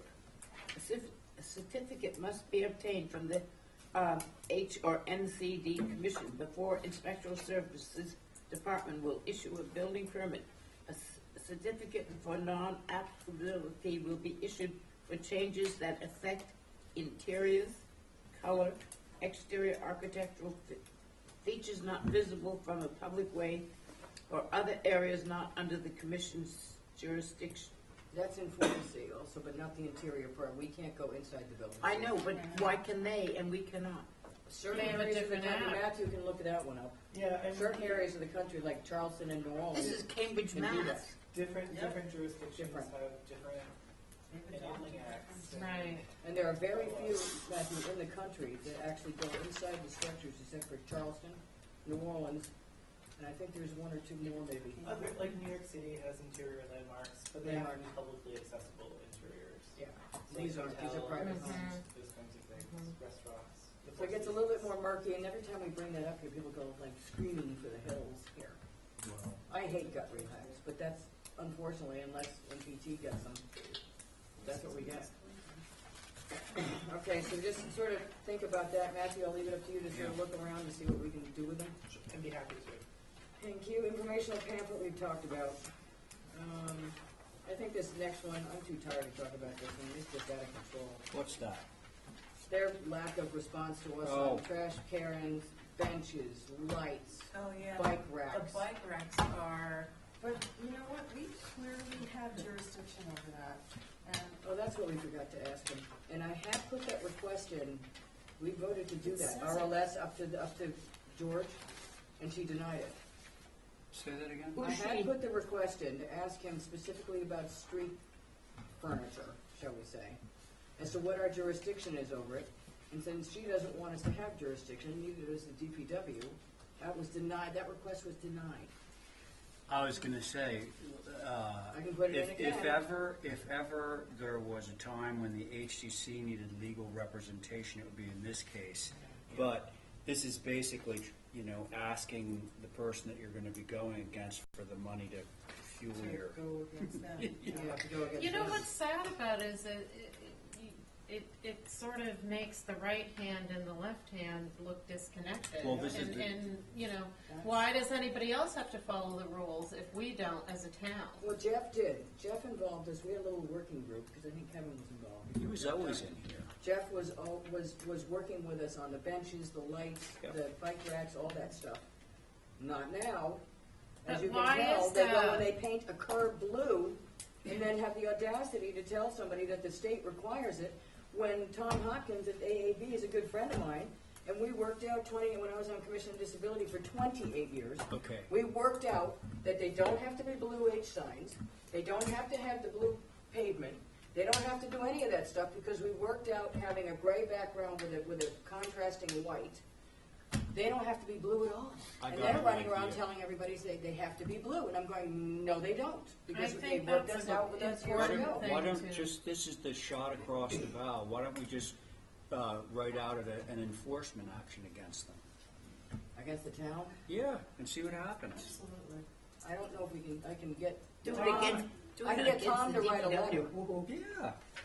I can probably get Tom Cite- Hopkins to cite write a them. letter about the fact that they don't have to be blue. You have to get, But Then painting can we this read- curb, painting the historic granite curb blue, on what Can we planet is that make supposed to a work? request to have a Conversation? representative who has some authority out there to come and, Okay. Linda, I had a comment there. There's so many violations from the DPW. Yeah. Let me finish. I think that we ought to cite them. Cite the town of That's Nantucket, outrageous, the town, that's, Babzanski, whatever, she's running the show. We And I told her agree, right to her yeah. face We all on this, agree. you have got this town so messed up. I've talked, love that I've been idea. up in We her all face agree. also. You want a motion on it, or you want yeah, to? make a motion, John. I'll make a motion that we cite.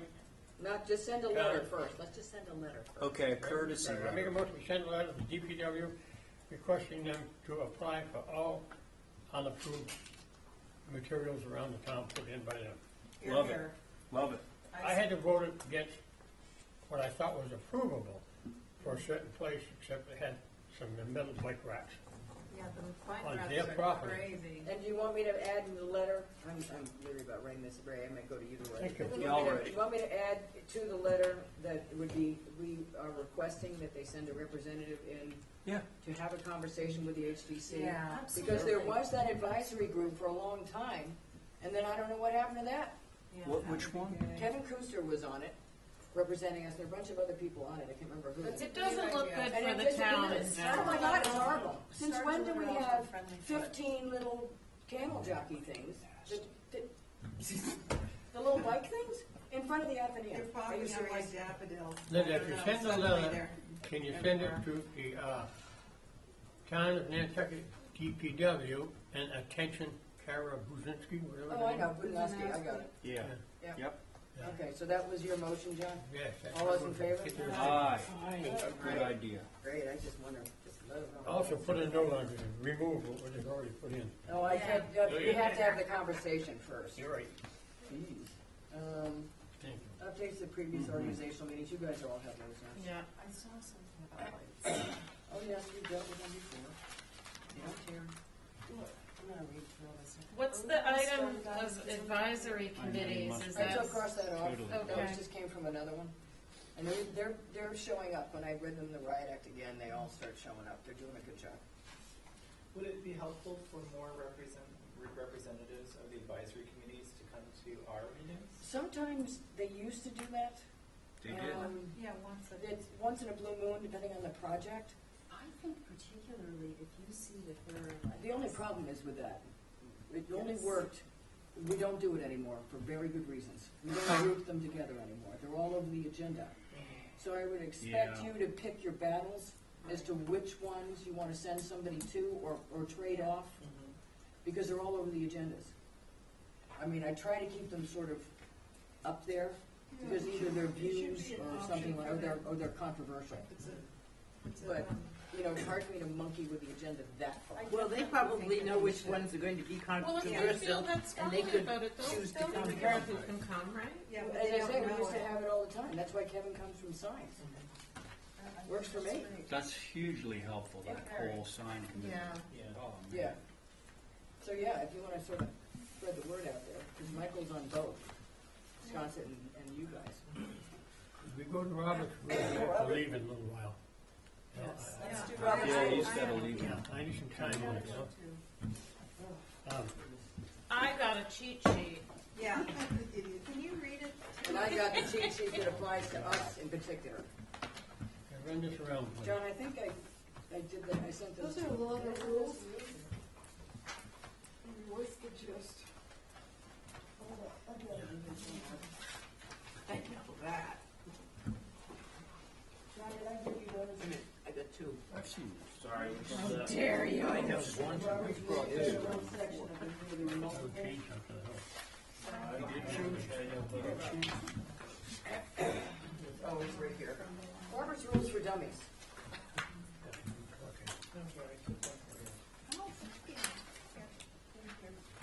That's what it's called. Everybody got a copy? Okay. Yep. Mike? Hold on, I don't have a copy, but Okay, it's coming. They're coming. where are they? Yeah, okay. Okay, Who's because this is not actually accurate for our group. These are, This is taken from Robert's rules with a minor change, which is my interpretation of it. Yes, but I like the good stuff. John, I didn't give you this. Oh, What you I'd like to have discuss that. is the whole thing. You can read it for yourselves, if you want. And I don't. Y'all have to send it Go all. ahead, John. it's something that's been bothering me for a while. It's the way things are done. Robert's rules are laid out with certain facts, and then it's up to interpretation, or it's fine, the way it's in black and white. I don't know. But this is the way I think this would save a lot of time with the commission, and what bothers me greatly is I talk a little like everybody else, right? But the main thing is that what I find that bothers me is that the leadership from Linda, all right, is the Robert's rules, in my opinion, is, you know, we could save a lot of time if one of us mentions something.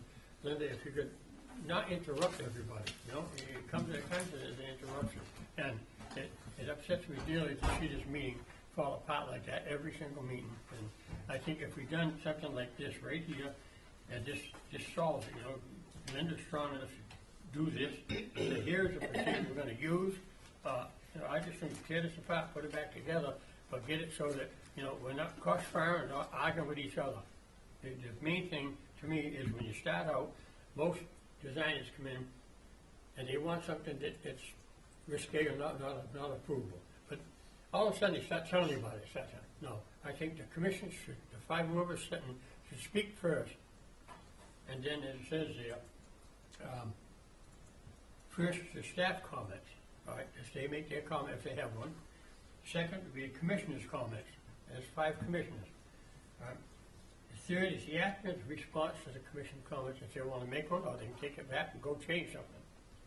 And the fourth is a call for motion to vote, and I think please do not be repetitious, be brief, speak only on issues. I think if you get this out to the public somehow, or just have it here on the table, in the room, you know, but I say, this will save a heck of a lot of time of us going after, if we can just, you know, knock down the double comments or whatever happens, you know. Can I ask you something on this, John? Let me know. The first one, you have staff comments, but the I'm very giving the first, staff comment. the very first thing that happens is the applicant presents, right? Right. We agree to Now. that? Yeah. Yes. I mean, but would you agree that the very first thing that happens is the applicant comes up to the table and he presents the project, Yes. right? Well, if it's brand new, if it says take off with something from a previous meeting, come back, you know, with this or that. Well, I didn't want to do this because, you know, the owner didn't want it or something. You get all this extra time. Just say, look, you take your 5 opinions, take this back and bring it back. You know, we've done it years ago and all of a sudden it slipped through the fingers, you know. I'm just saying, some way we can get this laid out quicker to save time. Except, John, under regulations for public hearings, they get to speak first, period. Whether they're revising, whether they're coming back a 5th time, they go first and present what they did. They don't get to go all the way over it again, but they present what they changed, and then we start over again. However, On the second part, yeah. in general, it works. However, a large section of Robert's rules is devoted to small boards. I'm sure, Matthew, you've been involved with large boards as well as small boards. Small boards, and I thought I made copies of this, but I didn't. I'll get this out to everybody. I'll scan it and send it out. This is all from Robert's rules about small boards. I gave you the one that I did remember to copy. Okay, this Small boards. This was something a little bit extraneous that I just pulled off the internet. But here's all the small board stuff. Small boards specifically. Under relaxed rules of procedure for small boards, you can make motions or speak without the necessity of formal recognition, which would be chaos if we went too far down that road. Right. Your motions don't have to be seconded. We got over that years ago. You can speak as often as you can politely obtain the attention of the other members. You can discuss things without a motion being on the floor, which we do 99% of the time. We don't discuss the motions made and we're done, which cuts to the chase. You can discuss things without a motion. You don't need to take minutes, however we take minutes. We are required to as a municipal entity. The chair can make motions. I don't. I'm not comfortable with that. I have been told that the chair can make motions. I'm not comfortable with that. You direct traffic, you control traffic, you don't make the motions, regardless of what the law says. Because now I'm on boards where the chairs are making motions, and it's still like, I've never even heard of it. I'm irritated by that. But you Never- can. I didn't I can think that second, was possible. if it requires a second. Yeah, I can know second. you- But you can also make motions, I'm not happy with that. So, no motion is required for discussion or debate, that's what we operate under. No motion is required for a vote, we do make motions for that, because it'd be chaos if we didn't. No, understood. The chair may speak on issues, no one needs stand, motions need not be seconded, no limit to the number of times, the chair may vote in any size. Assembly informality make it difficult to know when a decision is being reached. We're pretty well versed in when a decision's gonna get pretty close or not and go away. So, Dirk started this long before I was chair, about more of a relaxed form, because we stopped seconding things. Remember, we stopped seconding all that stuff. And so, depending on what the issue is, I let it go on. But where John gets a little perturbed is that I'm the one giving you the staff comments, because I'm the one who's dealt with the person, and I'm the one who's fixed the application, I'm the one who saw go right to it. If I didn't give you some direction as everything looks okay for our purposes, except for the elephant in the room, we'd be sitting here trying to find the elephant in the room for half an hour. I was We got too many things on the agenda. going to do, on the thing he says, the first one should be the staff report, because it should say what was What the they did. end result of week before his meeting. Right. Yep. As to revisions and whatever, and then the applicant speaks and says what he did. And then if you feel that something didn't come up that should have, then you would speak, and then it would go to the commissioners. Right, and that's what we've been sort of quasi-following, because I'm the only one who's actually seen them ahead of time. That on, if you'll notice on one of the old agendas, the organizational agendas, we're doing it with the view packets now, but it's almost impossible for us to send out everything to you guys ahead of time, even other than the view packet, but we never used to get the view packets. We got hard copies or things wouldn't come through. So the view packet, even if Ray, if you don't go out and view something, you can pull it up online and see it ahead of time. So we did fix that last year, and so that's working much better. Way back, John- we didn't John- get those at all. Yeah, so John is doing a good job of putting those view packets together. Thank you, John. And he gets rid of the stuff we don't need to see, so it's much more concise. So there are things that we want, which is before the meeting, but about all we can do right now is the view packets before the meeting, as opposed to something else. And sometimes you'll notice that I'll email something out to you guys, like a revision will come in on a really difficult property, you'd already seen it. They'll send it to me and I'll just send it out to everybody so you guys have it ahead of time, so you can see it. But So if we're we gonna do try have- to make that a little bit more of a usual thing instead of the odd thing. If we have John as the staff, he would give the revisions what we'd be looking for, but it would also get him to see what's important. Well, I do that at the first one, because what I don't do, God, I'll be there all damn week. I don't look at the revisions that come in unless they email them to me. And a lot of people automatically email me the revisions. I don't know why, but I'm getting those as well as new applications. So that's when I send them out to you guys. But I don't always waste my time looking at the revisions in the office. I look at them when you guys look at them. I look at the new files that come in and not the Right, but revisions. wouldn't John be able to look at the old John files? can, it's gonna be until he gets up to speed on how to read the plans. Yeah. It's gonna be hard for him to tell you what they did and didn't do. We've seen the plan already, so we should be able to just open the plan and go, well, you didn't do this, this, this, and this. So, bye-bye. That's what we need to do quicker. If they didn't do what we said they needed to do, and they didn't have a really good explanation when they sat down, they said, well, we're not gonna sit here and design it, and we're not gonna sit here and argue with you about it. This is what we asked you to do, go away. That's where we tend to get bogged down, is them not doing what we asked them to do. And then having a whole nother discussion with them as to why they didn't do it. But at a certain point, do you deny the application? We rarely do that. We work through a design because almost everybody, even the guys we're hostile with, they will admit when it's all said and done that it ends up being a better design than when we started. I rarely ever see one that got worse because in denying it doesn't really get anywhere. Because then they're just gonna come after us. We might as well just work it through. Oh, I think it was Steve Denial Cohen. Where is he? appeals to the selectmen, it's remanded to the HTC, and we're basically back. And our hands are tied at that point. I think the bubbling is the important thing when they come in. Oh my God, Bubbling the is bubbling. huge, and some people don't do that, don't and do that's annoying as hell. That's something we. Somebody want to make that motion that I put that in my little missive to everybody? Same. Bubble the Yes, yes. plans or highlight.